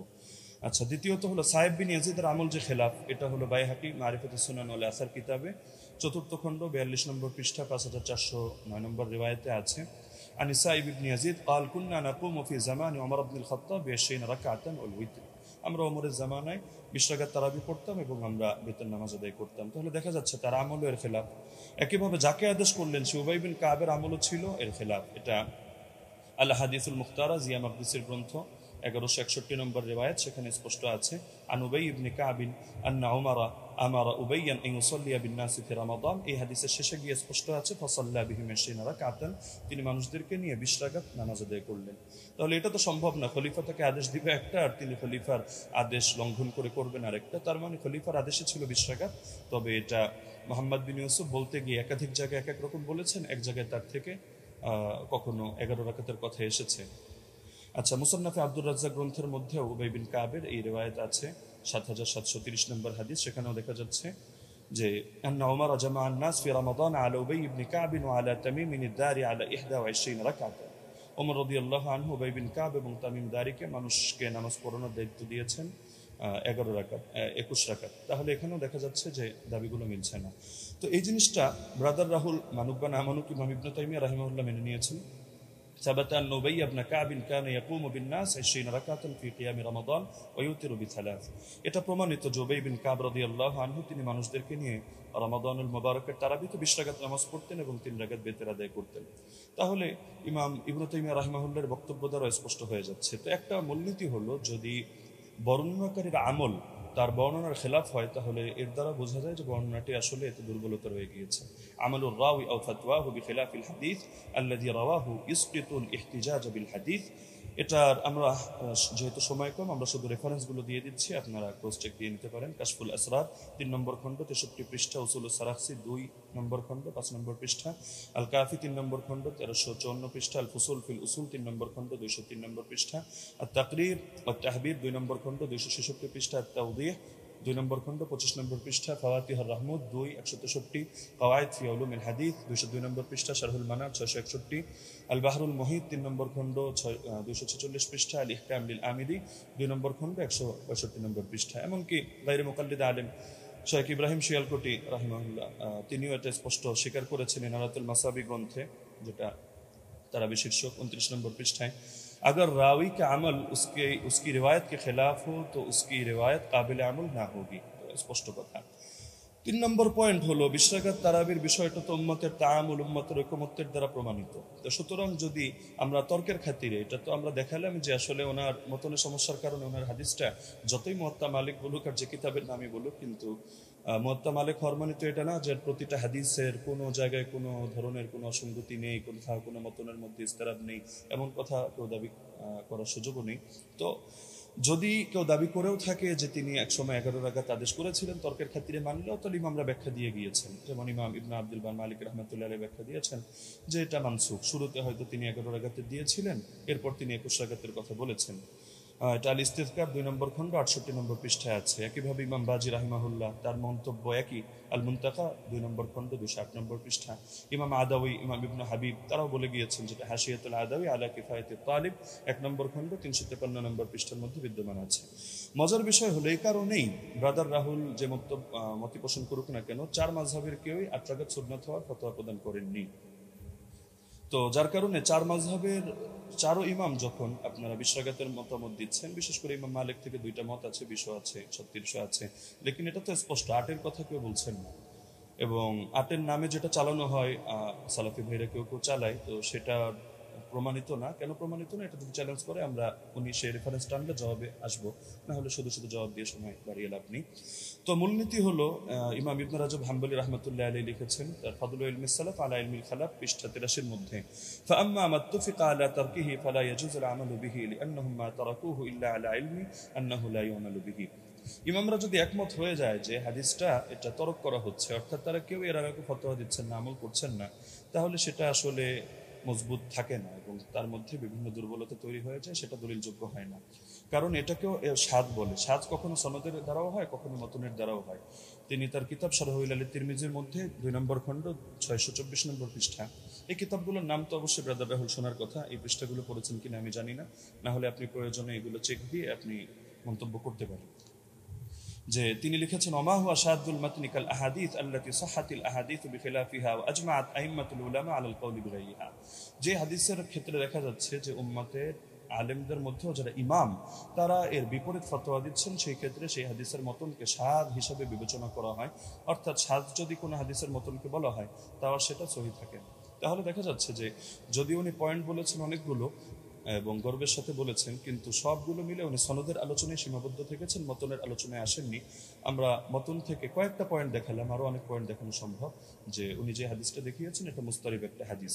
আচ্ছা, এখন প্রাসঙ্গিকভাবে কয়েকটা আলোচনা করে ফেলি, যেহেতু হালকা সময় বাকি আছে। তিনি মুরসাল না মুনকাতি এটা নিয়ে একটু জ্ঞান দেওয়ার চেষ্টা করেছেন, যে এটাকে আমি কেন মুরসাল বললাম, মুনকাতি বলা উচিত ছিল। আসলে কোন জায়গায় কোন শব্দ ব্যবহার হবে, এটা পরিভাষাগুলো একটু বিস্তরভাবে পড়া লাগে। শুধু একটা তাইসিরুল মুস্তালাহিল হাদিস পড়েই ইমাম আর ফকি হয়ে গেলে তো মুশকিল ব্যাপার। যেমন আমি আপনাকে প্রসিদ্ধ কিতাব, যেটা আপনারাও পড়েন, নুকাত আলা মুকাদ্দিমাত ইবনে সালাহ 1 নম্বর খণ্ড 447 পৃষ্ঠা দেখবেন। একইভাবে আল ইবহাজ 2 নম্বর খণ্ড 339 পৃষ্ঠা দেখবেন। এবং শারহে মুসলিমের মধ্যে নববীও বলেছেন যে আম্মাল মুরসাল ফাহুয়া ইনদাল ফুকাহা ওয়াল উসুলিয়িন ওয়াল খতিব আল বাগদাদি ওয়া জামাআ মিনাল মুহাদ্দিসিন মান কাতা ইসনাদুহু আলা আই ওয়াজহিন কানা ইনকিতাউহু ফাহুয়া ইনদাহুম বিমানাল মুনকাতি। ফকিহদের দৃষ্টিতে, উসুলিয়িনদের দৃষ্টিতে, খতিবে বাগদাদির দৃষ্টিতে এবং একদল মুহাদ্দিসের দৃষ্টিতে মুরসালের সংজ্ঞা হলো যে সনদের মধ্যে যেভাবেই বিচ্ছিন্নতা হোক না কেন, ইনকাতা যেভাবেই হোক না কেন, এটা মাঝেই হোক আর শেষেই হোক, রাসূলের আগেই হোক আর সাহাবীর আগেই হোক, ব্যাস সেটাকেই তারা মুনকাতি হিসেবে বলে থাকেন। তো এটা একটা তাদের ইসতিলাহগত বিষয়। তো সুতরাং এই জিনিসটা মানে মুরসাল বলা উচিত ছিল না, মুনকাতি বলা দরকার ছিল, বিষয়টা এমন না। আচ্ছা, উনি যে নিমাউই রাহিমাহুল্লাহর হাওয়ালা দিলেন আথারুস সুনান থেকে, উনি আরবি যেহেতু পড়তে পারেন টুকটাক, উনি তো এটা দেখার কথা যে ইমাম নিমাউই রাহিমাহুল্লাহ তিনি শুধু এতটুকুই বলেন নাই যে হাযা মুরসালুন কাওয়ি, যে হাদিসটা মুরসাল, হাদিস শক্তিশালী, বরং যে মূলনীতিটা আমরা এনেছি ইমাম ইরাকির হাওয়ালায়, যে তাবেঈ যদি সাহাবীর থেকে কোনো ঘটনা বয়ান করে যেটা তার জামানায়ও জারি ছিল, তাহলে সেটাকে বাহ্যিকভাবে মুরসাল ধরা হলেও কিন্তু হুকুমের বিবেচনায় মুত্তাসিল ধরা হয়।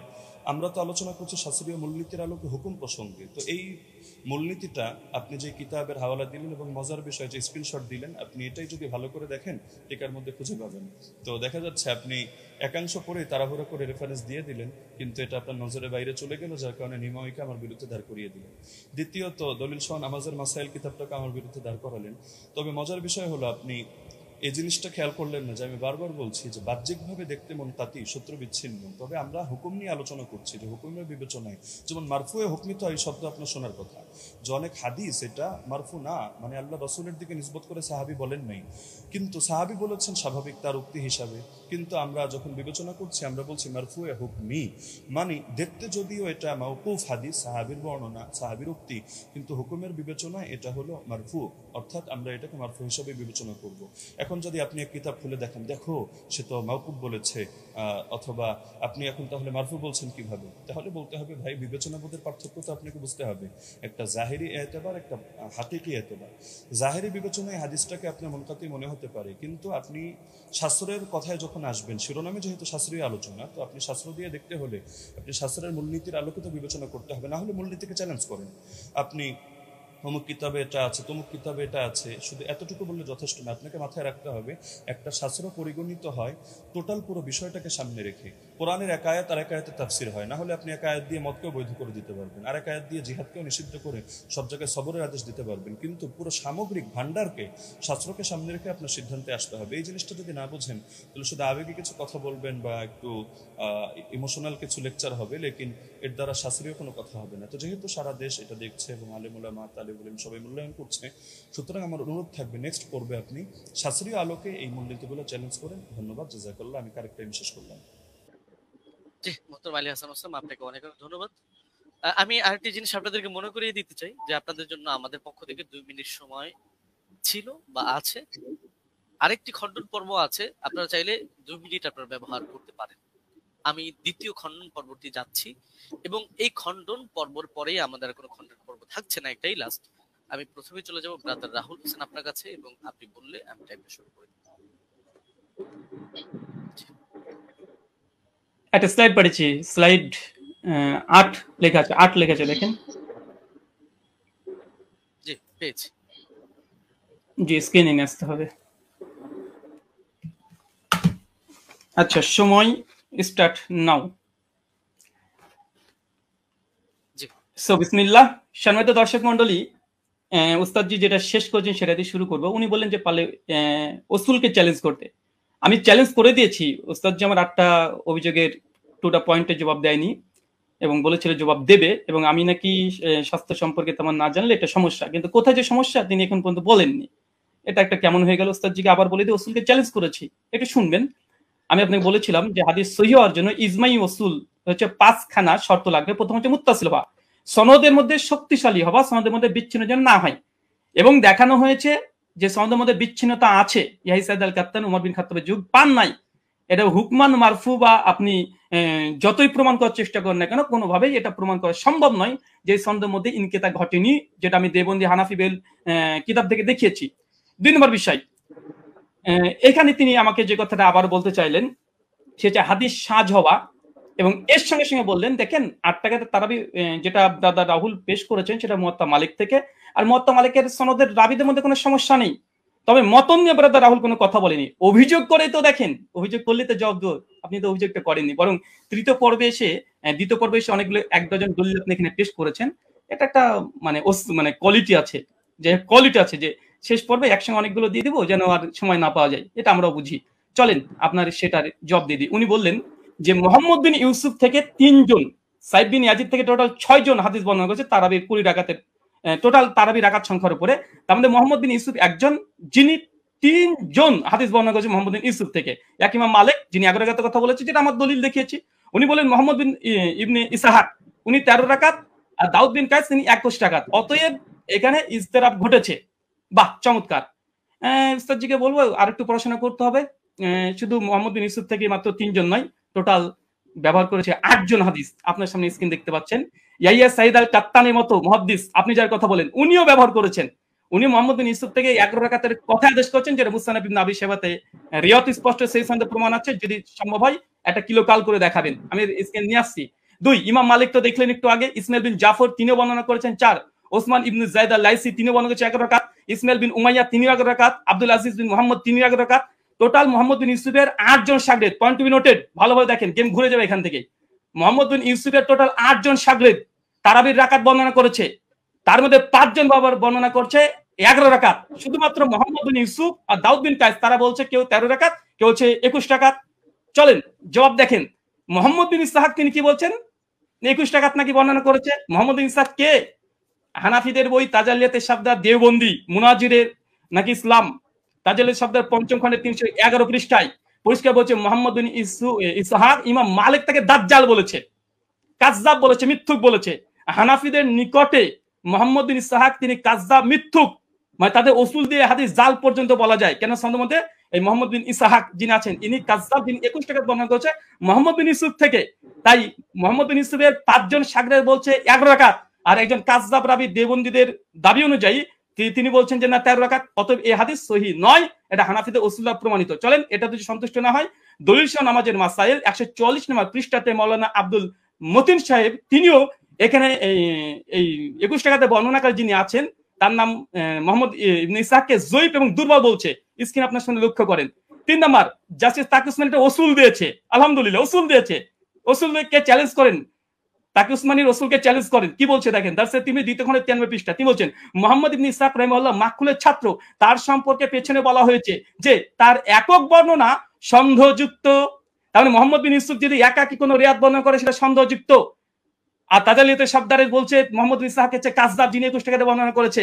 তাই ইমাম মালিক যে 11 রাকাতে বর্ণনা করেছে এটাই সহিহ, বরং মোহাম্মদ বিন ইসহাকের 13 রাকাতে বর্ণনা এটাই সহিহ। কোথা থেকে কি দিয়ে দিয়েছে চলেন এরপর কি বলছেন। দাউদ বিন কায়েসের হাদিস দিয়ে তিনি ইজতিরাবের দাবি করেছে।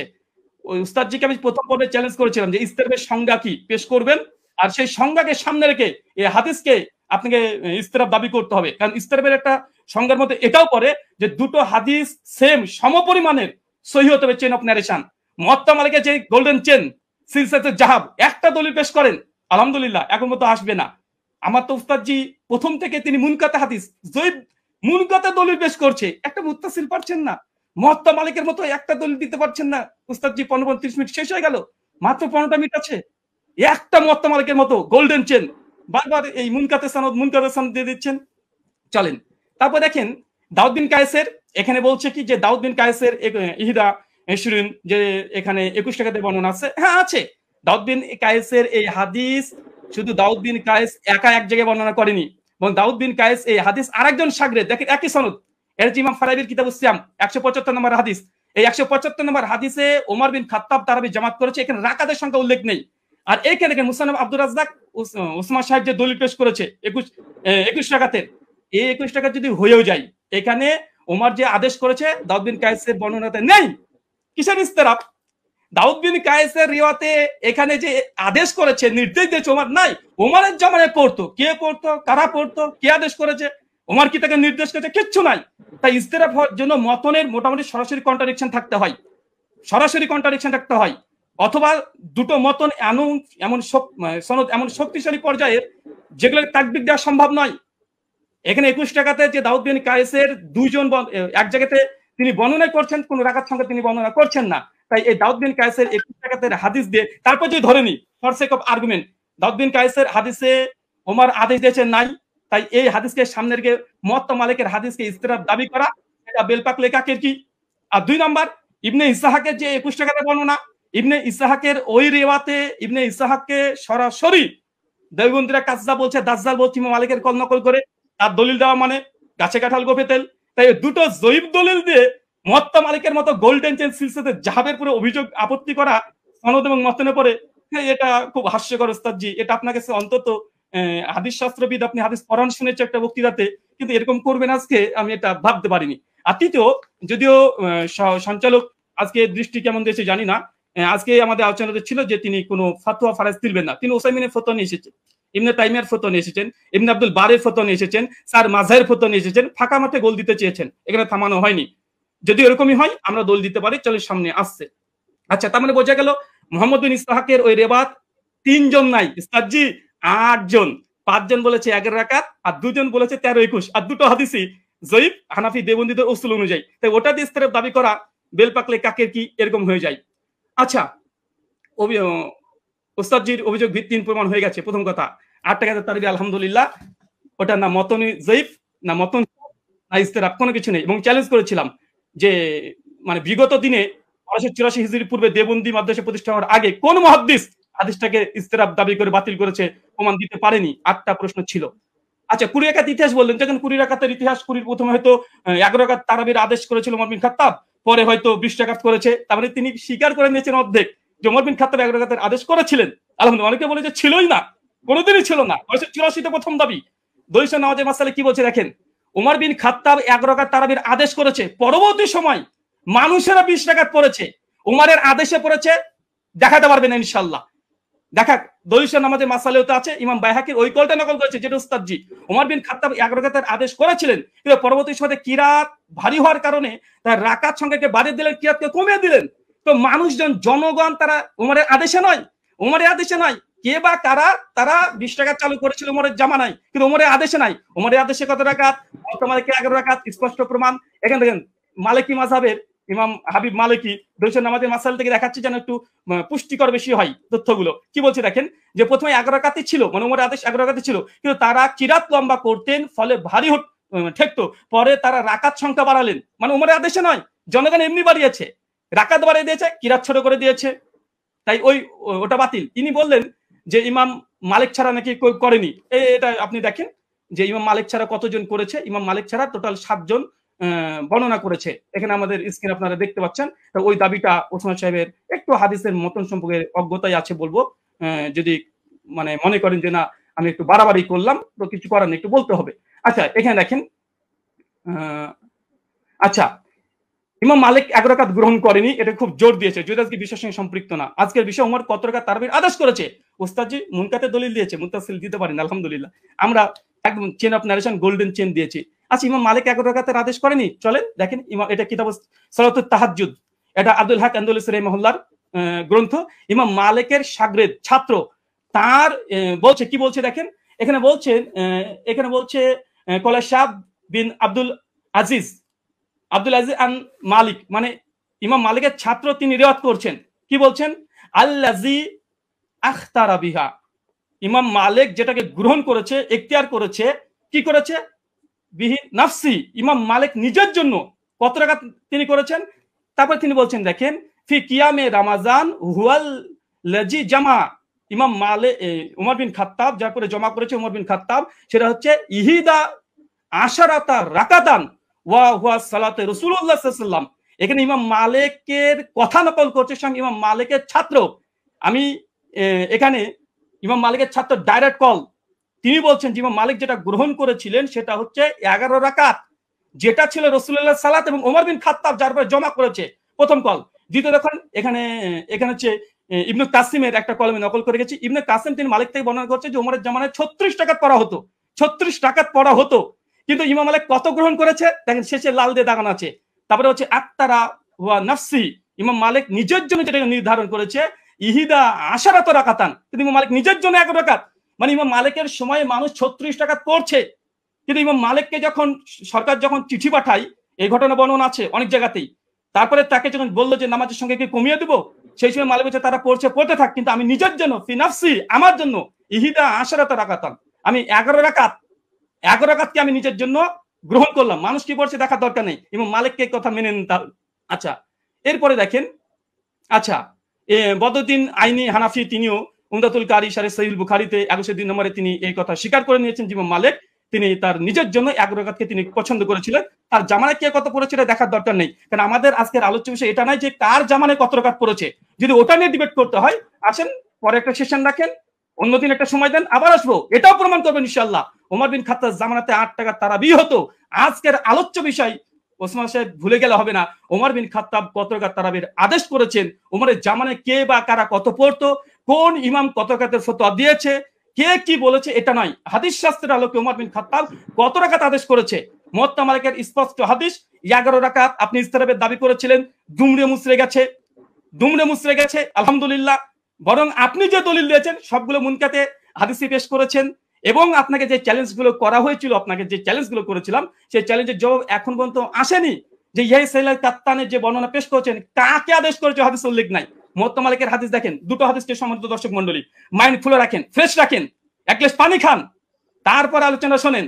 উনি উমারের 20 টাকা তারাবির আদেশ যে দলিল দিয়েছে মুনকাতে সনদ বিচ্ছিন্নতা আছে, কাকে উমার আদেশ দিয়েছে সে কথা হাদিসের মধ্যে উল্লেখ নেই। আচ্ছা, আর উমর বিন খাত্তাব মুওয়াত্তা মালিকের সবকিছু মজুদ আছে আলহামদুলিল্লাহ। তারপরেও দেখেন কোন হাদিসটা বেশি মজবুত এবং কোনটা শক্তিশালী কোনটা। চলেন, আচ্ছা উনি বলছেন অধিকাংশ ওলামারা তো ইমাম তিরমিজি নকল করলেন যে অধিকাংশ আহলে ইলম তারা কত রাকাত পড়েছে, তারা 20 টাকাতে কথা বলেছে। দেখেন ইমাম তাবারি কথা নিয়ে নেন, তাহলে ইমাম তিরমিজির পাল্টা জবাব তাবারি কল দিয়ে তিনি কি বলছেন, তিনি পরিষ্কার বলছে ইমাম তাবারি কথা আছে কাসরি মিনাল আহলিল ইলম, অধিকাংশ ওলামারা আহলে ইলমরা, মূর্খরা নয়, আহলে ইলমরা কি করেছে, ইহিদা আশরাতা রাকা, তারা 11 রাকাতকে পছন্দ করেছে।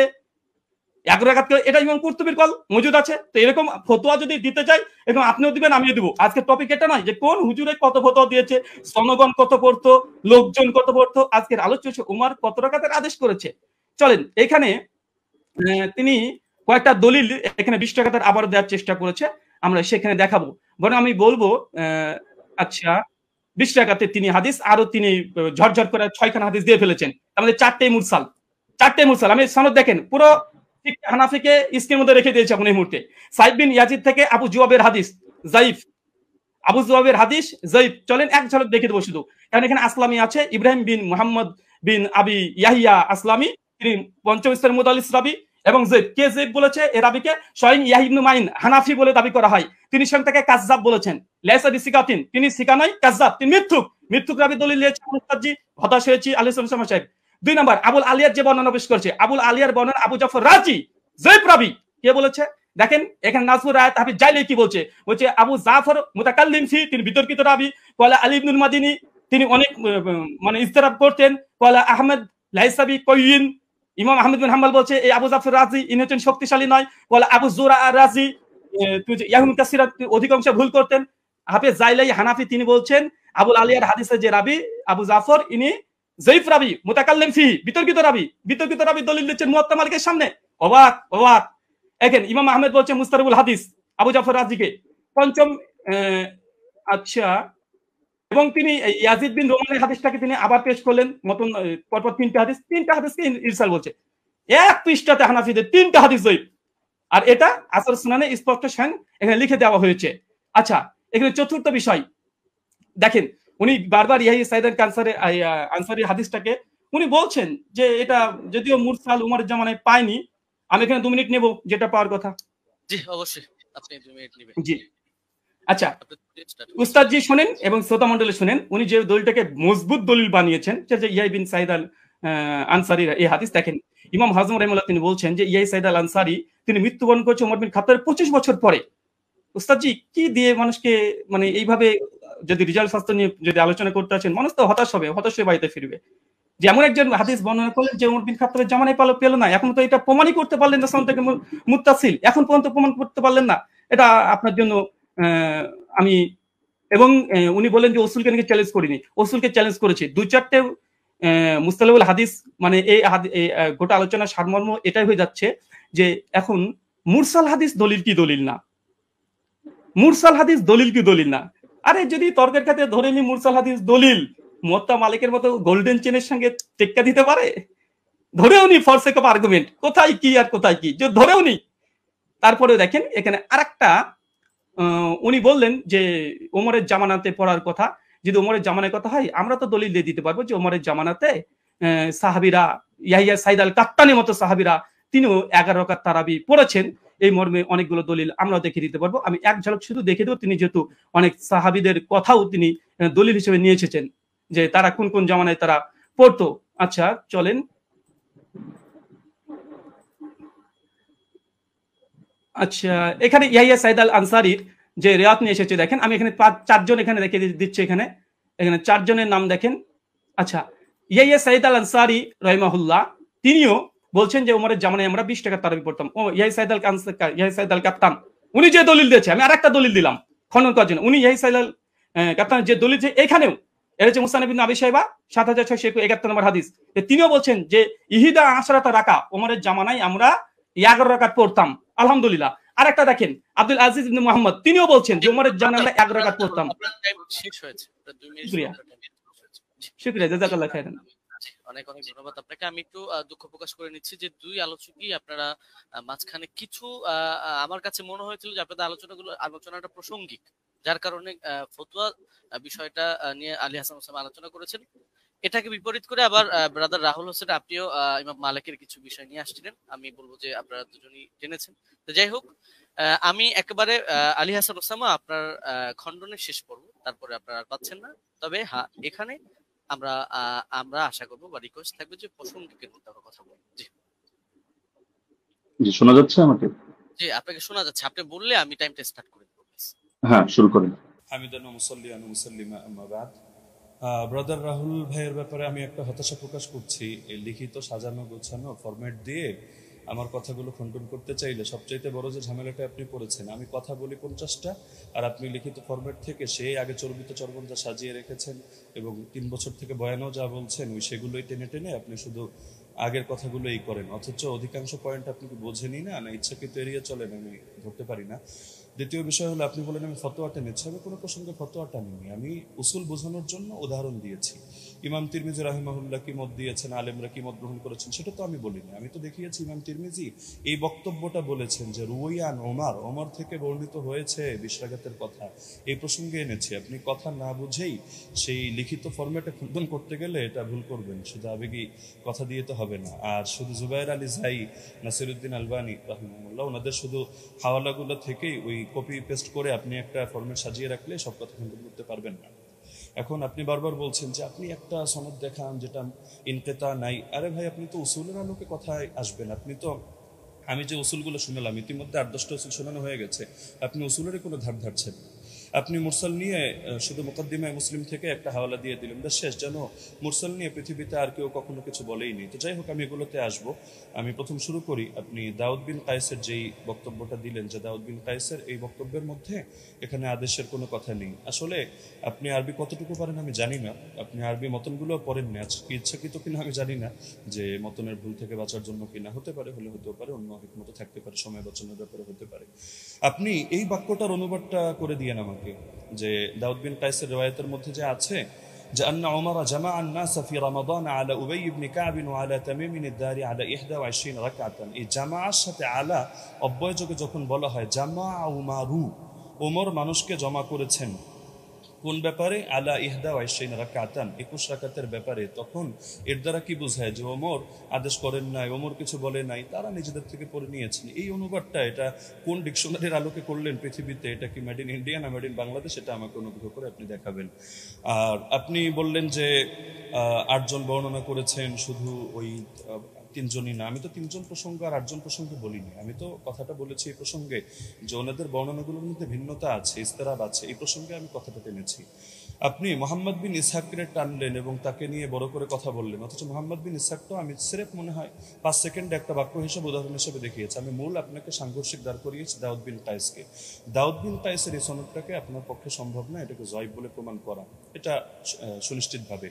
আর আপনি শুধু এটা বারবার বলছিলেন যেখানে আদেশ কথা নাই, আদেশ কথা নাই, আপনি একই রকম কথার মধ্যে দেখান না যে ইস্তেরাব আছে কিনা। আরে ভাই, এখানে তো আপনার এই জিনিসটা বুঝতে হবে যে ওনার থেকে যারা বর্ণনা করেছে কারো বর্ণনার সাথে কারো বর্ণনা মিল নেই।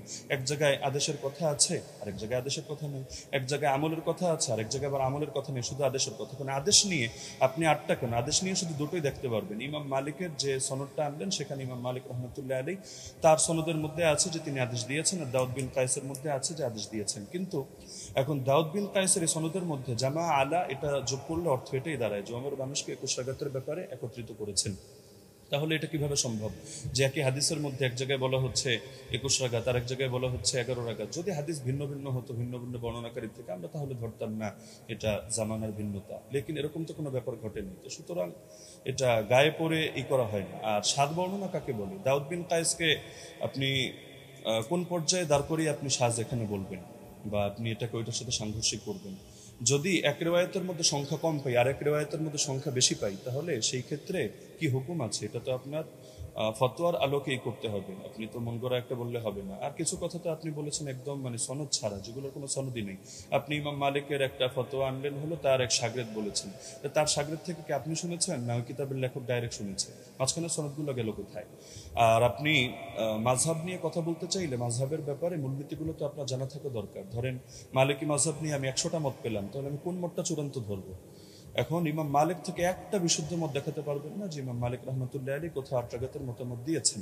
আপনি হাফিজ ইবনে হাজার আসকালানী রহমতুল্লাহ আলী, আপনাদেরও পছন্দের ব্যক্তিত্ব, তার কিতাব থেকেও আপনারা দেখে নিতে পারেন, অথবা তার হাওয়ালা আমি হুবহু বাক্য বলে দিচ্ছি। তিনি লিখেছেন, ইতিমাদুহুম ফিল আহকাম ওয়াল ফাতওয়া আলা মা রাওয়াহু ইবনুল কাসিম আন মালিক সাওয়াউন ওয়াফাকা মা ফিল মুওয়াত্তা আম লা।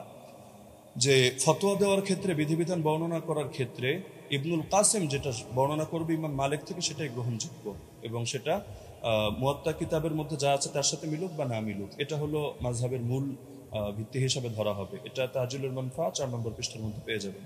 তো ওনার শাগরেদ ইবনুল কাসিম বলেন, ইবনে আইমান বলেন, তাদের থেকে কোথাও আপনি 8 রাকাতের দূরতম কথাও দেখাতে পারবেন না। 8 রাকাতের কথা আল্লামা আইনি যেটা এনেছেন, সৈয়দে যেটা এনেছেন, আপনি সৈয়দটা তো আনেনি, এটা আপনার নজরে পড়ে নেই হয়তো, যে জায়গা থেকে কপি পেস্ট করেছেন। না হলে এর বিপরীতে আমি আপনাকে, যদি 100 চান আমি 100 হাওয়ালা আপনাকে দিয়ে দিতে পারবো। যদি আপনিও বলেছেন যে আলাদা ডিবেটের আয়োজন করলে, তো ঠিক আছে, করতে পারেন।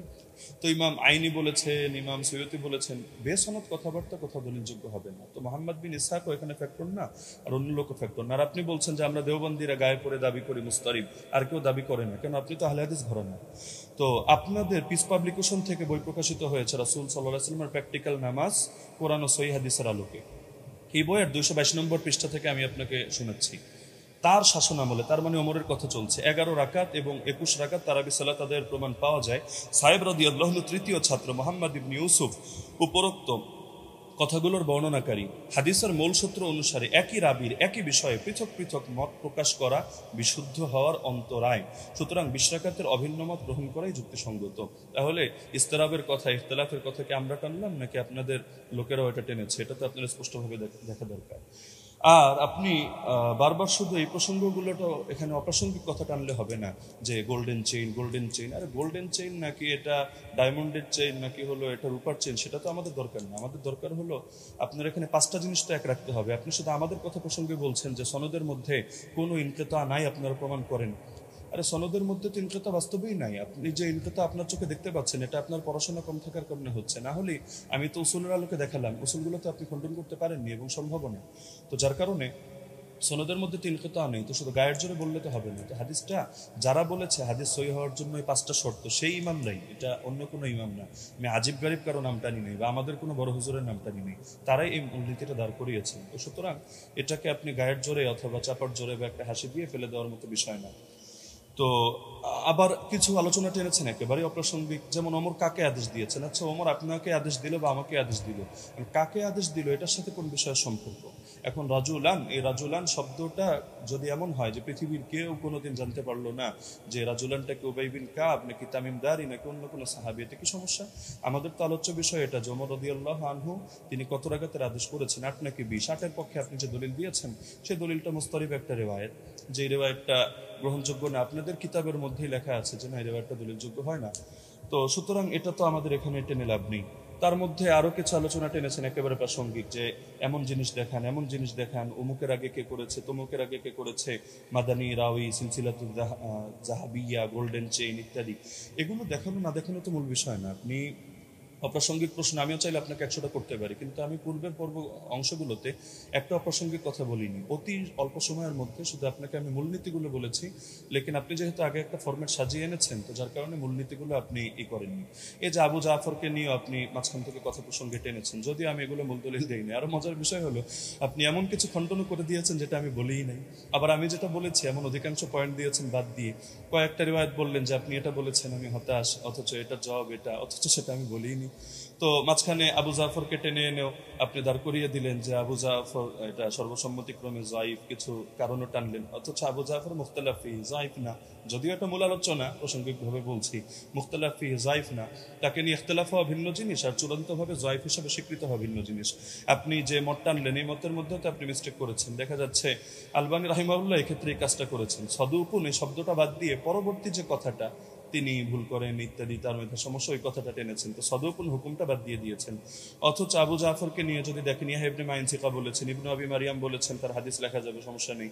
ইবনুল মাদিনী বলেছেন সে আমাদের দৃষ্টিতে সিকা, ইবনু আম্মার মাউসিলি বলেছেন সিকা, আবু হাতিম বলেছেন সিকা সাদুক সালিহুল হাদিস, জাকারিয়া সাজি বলেছেন সাদুকুন লাইসা বিমুতকিনিন, ইবনু আদি বলেছেন লাহু আহাদিস সালিহা ওয়াকাদ রাওয়া আনহু الناس واحاديثها عامتها مستقيمه وارجو انه لا باس به।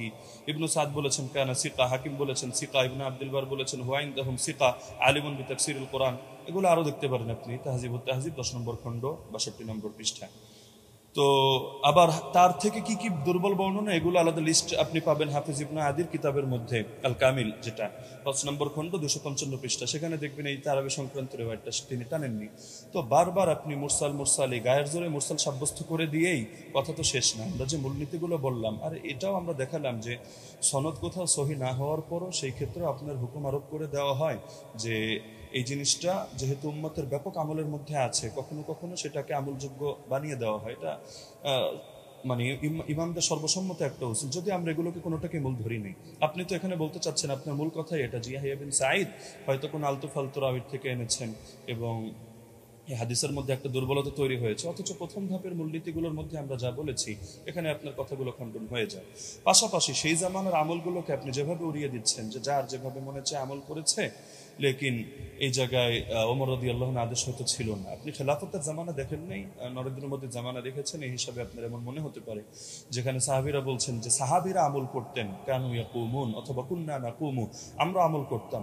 বাইর আলী জায়েদ কিতাব যদি কেউ পড়ে, বা শাইখ আলবানী সালাতুত তারাবি পড়ে, অথবা আপনার আব্দুর রহমান মোবারকপুরি সাহেবের কিতাবগুলো পড়ে, ব্যাস ওই যা বলেছে আপনি ঘুরে ফিরে সেই কথাগুলোই বলেছেন। বাকি মজার একটা বিষয় হলো আমি এমন অনেক উসুল টেনেছি যেটা হয়তো আপনার কমন পড়ে নাই, তো যার কারণে আপনি এই জিনিসগুলোকে পুরো স্কিপ করে চলে যাচ্ছেন। তাইসিরু মুস্তালাহিল হাদিস, আর এই পৃথিবীর ইতিহাসে হাদিসের ইস্তালা নিয়ে কি এই কিতাবটা এই মাত্র কয়দিন আগে লেখা হলো, এর আগে 1500 বছরে হাদিসের ইস্তালার উপরে কোনো কিতাব লেখা হয়নি। আপনি মুরসালের সংজ্ঞা দেখাচ্ছেন যে মুনকাতি হাদিস কারো মতে গ্রহণযোগ্য না। আচ্ছা, কোন পর্যায়ের মুনকাতি গ্রহণযোগ্য না? খালি শিরোনাম দিয়ে হুকুম লাগিয়ে দিলেই হয়? তাহলে তো ইমান ভঙ্গের কারণ যে 10টা শেখ মোহাম্মদ বিন আব্দুল্লাহ নজদি রাহিমাহুল্লাহ থেকে বর্ণিত আছে, এগুলো শিখে সবাই খারেজি হবে এভাবে যে জাদু করে ব্যাস সেই কাফের হয়ে গিয়েছে, যে কাফেরদেরকে মুসলমানদের বিরুদ্ধে সাহায্য করে, কোনো শর্ত নাই, কোনো হদ নাই, কোনো কয়েদ নাই, ভালোভাবে কাফের হয়ে গিয়েছে। তো এভাবে শিরোনাম দেখলে তো মুশকিল। এগুলোর ব্যাখ্যা তো ইমামদের থেকেই নিতে হবে, বক্তব্য যাদের থেকে নেবেন আপনার বক্তব্যের ব্যাখ্যাও তো তাদের থেকে নিতে হবে। আর আপনি বললেন যে আমি কথা প্রসঙ্গে মেনে নিয়েছি যে ওমর রাদিয়াল্লাহু তাআলা আনহু তিনি শুরুতে 11 রাকাতের আদেশ দিয়েছিলেন। এটাও তো আমি আমার বাক্যগুলোকে খেয়াল করেন না, আমি কি বোঝেন না, আমি ধরতে পারি না, নাকি আপনি পয়েন্টগুলো নোট আউট মানে লিখে না রাখার কারণে এমন ঝামেলা হচ্ছে সেটাও বুঝতে পারি না। যে দেখা যাচ্ছে যে এটা তো আমি বলেছি তর্কের খাতিরে যদি মানে অনেক কথা আমি দুইভাবে জবাব দিয়েছি, জবাব ইলজামি, জবাব তাসলিমি, ইলমি উসুলের আলোকে। তো দুইভাবে জবাব দেওয়ার কারণে আপনি আগের পরের কথা বাদ দিয়ে মাঝখান থেকে একটা অংশ টান দিলে তো হবে না। আর কোন মুনকাতি, কোন মুরসাল, কোন ক্ষেত্রে কি হুকুমে যাবে, এটা তো আপনাকে শাস্ত্রীয় আলোকে বুঝতে হবে। আপনি যে কোনো জিনিস শুধু একটা ব্যাস গোল্ডেন চেইন, মাদানী রাউি, অথবা বুখারী মুসলিমের শর্তে উন্নীত ইত্যাদি ইত্যাদি একটা বলে দিলেন, বেশ হয়ে গেল। বিষয়টা এমন না, যেহেতু আলোচনা আমাদের শাস্ত্রীয় বিষয়, এটা কোনো মাযহাবী তাকলিদি বিষয় না যে মুখোমুখের রেফারেন্সে আমাদের কথা বলতে হবে। আর ইবনে উসাইমিনের হাওলায় আপনি বললেন যে আমি কয়েকটা কথা টেনেছি, ওইখানে আমি ইবনে উসাইমিনের হাওলায় টানি না, শেখ সালেহ আল মুনাজ্জিদের হাওলায় টেনেছি। এটা আবেগে আপনি কয়েকবার এটা উচ্চারণ করেছেন। আর এখানে আমি তার ফতোয়া দেখাইনি, আমি এখানে ফতোয়া উল্লেখ করার জন্য বসিও নেই আপনার সামনে। এখানে আমি দেখিয়েছি যে তারা সকলে আমরিহি, অর্থাৎ এটা যে ওমরের আদেশে হয়েছে এই বিষয়টা তারা অস্বীকার করে নিয়েছেন। তো সুতরাং মানে যেই জিনিসগুলো আপনার স্পষ্ট, তো সেই জিনিসগুলোকে গায়ের জোরে তো আপনি প্রমাণ করে নিতে পারবেন না যে না এই জিনিসটা এই প্রশ্ন আমি আপনাকে ছুড়ে দিলাম, এটার জবাব দেন, ওটার জবাব দেন, ওটার জবাব দেন, না দিলে ব্যস্ত হলে সাব্যস্ত হলে আমার কথাই সহি। বিষয়টা তো এমন না, শাস্ত্রীয় মূলনীতি। আপনি এই আলোচনা শেষ হওয়ার পর ঠান্ডা মাথায় বসেন, আমি নতুন কোনো কথা আপনাকে ছুড়ে দিচ্ছি না, যেহেতু আপনি খণ্ডন করার সময় পাবেন না, এটা আসলে আদবের দাবি না। ছুড়লে আমি ছুটতে পারি, আপনি ভবিষ্যৎবাণী করে দিয়েছেন যে এমন কৌশল হয়তো আপনি করবেন, আমরাও বুঝি না, এত বোঝার দরকার নেই। আমার ব্যাপারে খারাপ ধারণা আপনি অযাচিতভাবে রাখারও কোনো কারণ নেই। আর আমি তো আপনার মতো পুরোনো ডিবেটারও না যে এখানে ডিবেটের কৌশল খাটিয়ে আমি আপনাকে পরাজিত বা অপমানিত বা লাঞ্ছিত করতে যাবো না। আপনি আমার দিনী ভাই, মহাব্বতের ভাই। আপনি কাফের মুশরিকদের বিরুদ্ধে যে কাজ করেন আমি এগুলোকে শ্রদ্ধা করি এবং উৎসাহ দিই, দোয়াও করি। আগামী তো আমি আশা রাখি আপনি কাজগুলো কন্টিনিউ করবেন। তো সুতরাং আপনার সাথে আমার কোনো দ্বন্দ্বও নেই, কোনো ভিন্ন কিছুও নেই। আল ওয়ালা আল বারা, এই আকিদাই তো আমরা ইসলাম থেকে লালন করি। তো সুতরাং অপ্রাসঙ্গিক কথা না টেনে আপনি মূলনীতির আলোকে বিষয়গুলো বোঝেন। প্রয়োজনে আপনি এই ভিডিওটা এটা শেষ হওয়ার পরও লাইভ স্ট্রিমিং আপনি ঠান্ডা মাথায় 10 বার শোনেন, 20 বার শোনেন, প্রয়োজনে মুজাকারা করেন।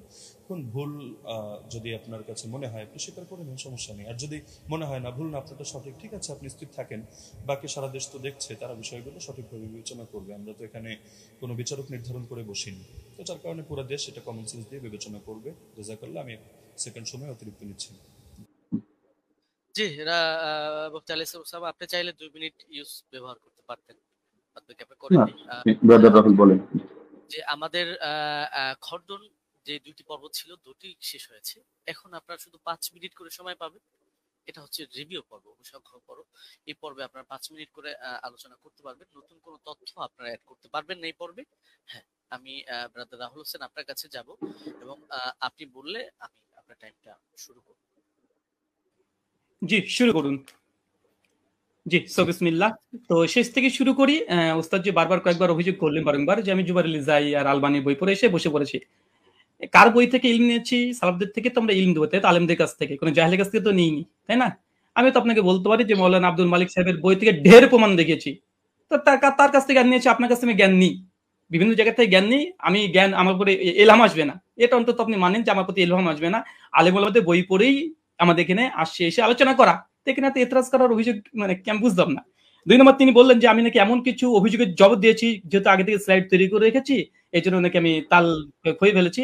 আমি অবাক হয়েছি, যে ভাবলাম যে ওস্তাদ জি হয়তো অনেক কিছু মানে একদম ইলমে হাদিসের অনেক কিছু নিয়ে আসবে। এসে আমি অবাক হয়েছি, না, কিছুই নিয়ে আসেনি। একটা মুত্তাসিল সনদই পেশ করতে পারেনি।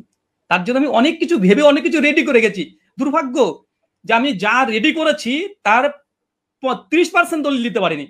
আমি একদম নিশ্চিত, আমি যদি আজকে ওসামা যে ওস্তাদজির মানে ওসামার জায়গাতে থাকতাম, ওস্তাদজির পক্ষে থাকতাম, তাহলে আমি এর চাইতে ঢের দলিল দেখাতে পারতাম। ঢের দলিল দেখাতে পারতাম। আমার কাছে 20 টাকার পক্ষে আরো অনেক দলিল ছিল, অনেক দলিল, কিন্তু ওস্তাদজি দিতে পারেনি, না দেয়নি, না কি আমি বুঝলাম না। তো যাই হোক, সেটা একটা আলাদা বিষয়। এখানে লাস্টে তিনি ঘুরে দিলেন যে এটা ইনকেতা কেমন ইনকেতা। জি, আপনার চেয়ে তো অনেক বড় বড় উস্তাদজিরাই তো আমাকে শিখিয়ে দিয়েছে এটা ইনকেতা। যেমন দলিল নামাজে মাসাল বই তো দেখালাম, তিনি ইনকেতা স্বীকার করে নিয়েছেন, মুরসাল স্বীকার করে নিয়েছেন। জাফর আহমদ উসমানী বলছে মুরসাল ইনকেতা আছে, বিচ্ছিন্নতা আছে। আমি আপনাকে পরিষ্কার চ্যালেঞ্জ করেছি, জবাব আপনি এখন পর্যন্ত দিচ্ছেন না। যে হাদিস সহিহ হওয়ার জন্য 5টা শর্ত। প্রথম শর্ত, হাদিস মুত্তাসিল হতে হবে। হাদিস কি মুত্তাসিল না, বিচ্ছিন্ন ঘটেছে, ওলামারা স্বীকার করে নিয়েছে। আর যদি আপনি অস্বীকার করতে চান, জনসাধারণ দেখছে, এমন খেয়ানত অন্তত করাটা উচিত নয়। যেখানে আমাদের মৌলানা আব্দুল মালিক, আব্দুল মতিন সব স্বীকার করে নিয়েছে ইনকেতা ঘটেছে, আর আপনি এসে বলছেন যে ইনকেতা ঘটেনি, ইনকেতা ঘটেছে, তারা মূর্খ। এখন মৌলানা আব্দুল মালিক মতিনকে যদি মূর্খ বলতে চাই, বলতে পারবে, তবে আমি বলতে চাই না। 3 নম্বর, তিনি বললেন যে দাউদ বিন কায়েসের হাদিসের জমা হওয়ার কথা আছে, ধরে নিলাম, আচ্ছা আছে, জমা হওয়ার কথা আছে। আচ্ছা ওস্তাদ জি, এটা কি ইনসাফ? মোহাম্মদ বিন ইউসুফ থেকে টোটাল 8 জন বর্ণনা করছে তারাবি রাকাত, 5 জন বর্ণনা করছে 11 রাকাতের পক্ষে, 6 জন, আর মাত্র দাউদ বিন কায়েস বলছে 11 রাকাত। তাহলে 7 যদি হয়, কোনটা হবে? দাউদ বিন কায়েসের বিরুদ্ধে মোহাম্মদ বিন ইউসুফের 5 জন শাগিরদ আছে। এই 5 জনকে উড়িয়ে দিয়ে দাউদ বিন কায়েসের হাদিসটা আপনি গ্রহণ করতে চাচ্ছেন? এটা কোথাকার রাসূল, একটু আমাকে জানিয়ে দিবেন। আর 2, দাউদ বিন কায়েসের আমি আরেকটা অংশ বলেছি, ওটা আপনি হয়তো হজম করতে পারেননি, কারণ এই দলিলটা নতুন আপনার কাছে, বুঝতে পারেননি। আমি বলেছিলাম যে দাউদ বিন কায়েস তিনি আরেকজন তার ছাত্রের কাছে ইমাম ফারাবি কিতাবুস সিয়াম থেকে দলিল দিয়েছি, যে তিনি বলেছেন ওমর রমজান মাসে তারাবির জামাত শুরু করেছে, কত রাকাত উল্লেখ নেই। এবং মুসান্নাফ আব্দুর রাজ্জাক ওই সনদেই ওখানে আছে দাউদ বিন কায়েস ওয়া গায়রহু, এবং আরেকজন বর্ণনা করছে, কে বর্ণনা করছে উল্লেখ নেই। এখানে দাউদ বিন কায়েস রহিমাহুল্লাহ তিনি অন্য ছাত্রকে বলছে কোনো রাকাতের কথা উল্লেখ করেনি। তাই যদি সাজ হতে হয় 21 টাকাতে বর্ণনা সাজ, কেন দাউদ বিন কায়েসের বিরুদ্ধে 5 জন 1 রাকাত বর্ণনা করেছে। ইয়াইয়া সাইদ আল কাত্তানের মতো রাবি আছে, কাকে চাই আর, কে দরকার আর?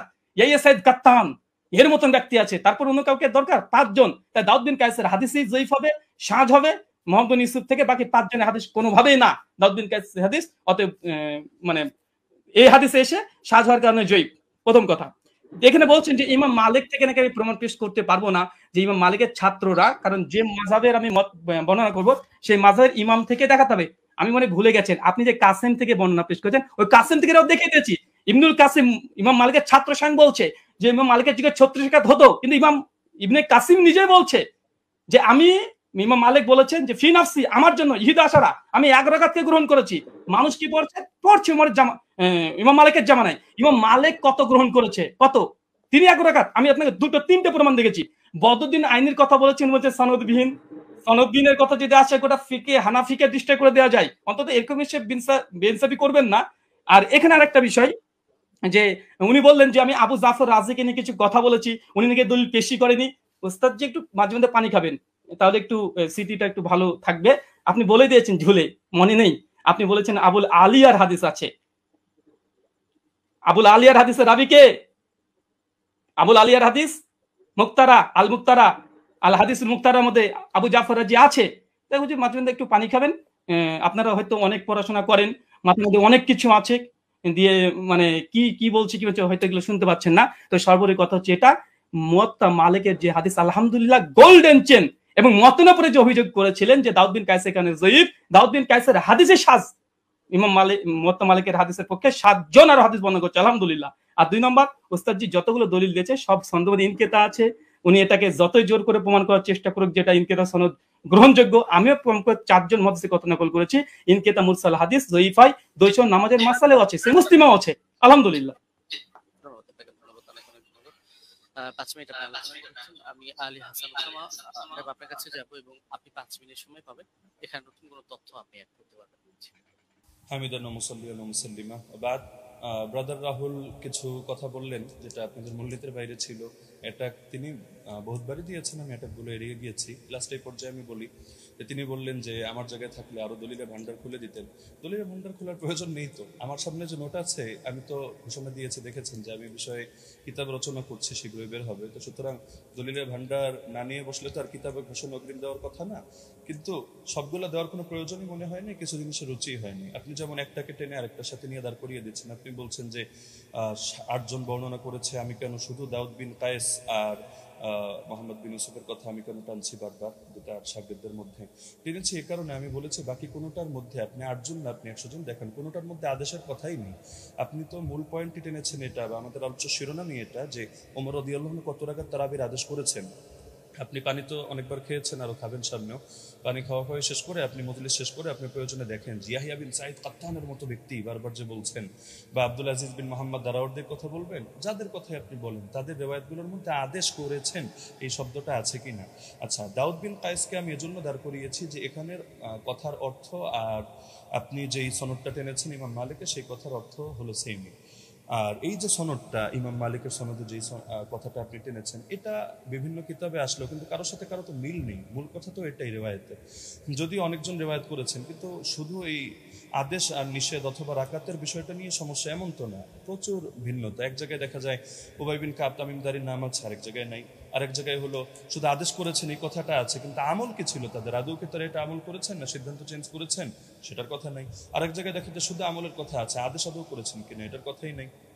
তার মধ্যে আপনি বললেন যে আবুল আলিয়া, এটা কোন সনদের মধ্যে আছে যে আমি উবাই বিন কাব প্রসঙ্গে যে কথা টানলাম ওটার মধ্যে আছে। এটা তো আমরা তারাবির 20 রাকাতের আলোচনার মধ্যে কথা টানিনি। এটা তো আমরা দেখিয়েছি যে আপনার ওই মূলনীতি বোঝানোর জন্য যে আমল যদি খেলাফ হয় তার বর্ণনা, তাহলে সেই ক্ষেত্রে হাদিসে দুর্বলতা সাব্যস্ত হয়। ওইটা বোঝাতে গিয়ে যে সাহেব বিন ইয়াজিদের আমলও খেলাফ, ইমাম মালিকের আমলও খেলাফ, একইভাবে আপনার উবাই বিন কাবের আমলও খেলাফ। উবাই বিন কাবের আমল কিভাবে খেলাফ এটা বোঝাতে গিয়ে 3টা দলিল দিয়েছে, এর মধ্যে আপনার এই পয়েন্টটা আছে। আর আপনি বারবার শুধু টানছেন যে মুনকাতি মুনকাতি মুনকাতি। আপনি শুধু একটা শব্দ শিখলেই তো কাজটা শেষ না, এর হুকুমটা তো আপনার ইমামদের থেকে নিতে হবে, শাস্ত্রের আলোকে নিতে হবে। তো আপনি শাস্ত্রের আলোকে না নিয়ে আপনি শুধু নিজের গায়ের জোরে কথা একটা বললে তো হবে না। আপনি আব্দুল রহিম সাহেবের থেকে এলেম নেবেন নেন, আব্দুল মতিন সাহেবের থেকে এলেম নেবেন নেন। আপনি বলছেন যে ওনারাও মেনে নিয়েছেন মুনকাতি। আমি তো বললাম যে যেই নিমাউই রাসারুস সুনানের হাওয়ালা দিলেন, যে স্ক্রিনশট দিলেন, এখানেই দেখা যাচ্ছে ইমাম নিমাউই দুইটা কথা বলেছেন। তো আপনি কি বলবেন যে নিমাউই এক পাগল, আগের লাইনে বলে এক কথা, পরের লাইনে বলে আরেক কথা? আগের লাইনে বলে আসছে মুরসাল, পরের লাইনে বললো যে না, এগুলোকে মুরসাল ধরা হয় না, মুত্তাসিল ধরা হয়। তো বলেন ইমাম নিবাবী একটা পাগল যে তিনি আসারুস সুনান এই কিতাবের মধ্যে মূর্খতার পরিচয় দিয়েছেন? না, এখানে আপনাকে বুঝতে হবে যে আমি এই শব্দ বলেছি, একটা জাহেরি বিবেচনা, একটা হলো হাকিকি বিবেচনা। এই পার্থক্যগুলো না বুঝে আপনি আলোচনার মধ্যে তো এভাবে বসলে তো মুশকিল। এজন্যই অনেকে নিষেধ করেছে যে আসলে শাস্ত্রীয় আলোচনা যেহেতু, তাহলে শাস্ত্রজ্ঞ ব্যক্তি ছাড়া এটা বলাও মুশকিল, বোঝানোও মুশকিল। তো আমি আলোচনাটা আসলে শুধু ব্যক্তি আপনার জন্যই করেছি এমন না, বরঞ্চ এটা সারা দেশের জন্য আলোচনা করা। যদি আমরা জানি যারা দলান্ধ, উভয় পক্ষের, আমি আপনাকে ইন্ডিকেট করে কোনো খারাপ কিছু মিন করছি না, দলান্ধরা কখনো তাদের মাসলা পরিবর্তন করে না। এতে জিবরিল আমিন যদি নাজিল হয়ে বলে তাও করবে না, এটাই দুনিয়ার আমাদের স্বাভাবিক অভিজ্ঞতা। তবে শাস্ত্র বোঝার মতো যোগ্যতা যদি কারো থাকে, তাহলে আপনার আলোচনা আমার আলোচনা সবগুলো নিরপেক্ষভাবে বসে কেউ যদি বিবেচনা করে, সেই ক্ষেত্রে সিদ্ধান্ত নিতে পারবে, কোনো সমস্যার কিছু নেই।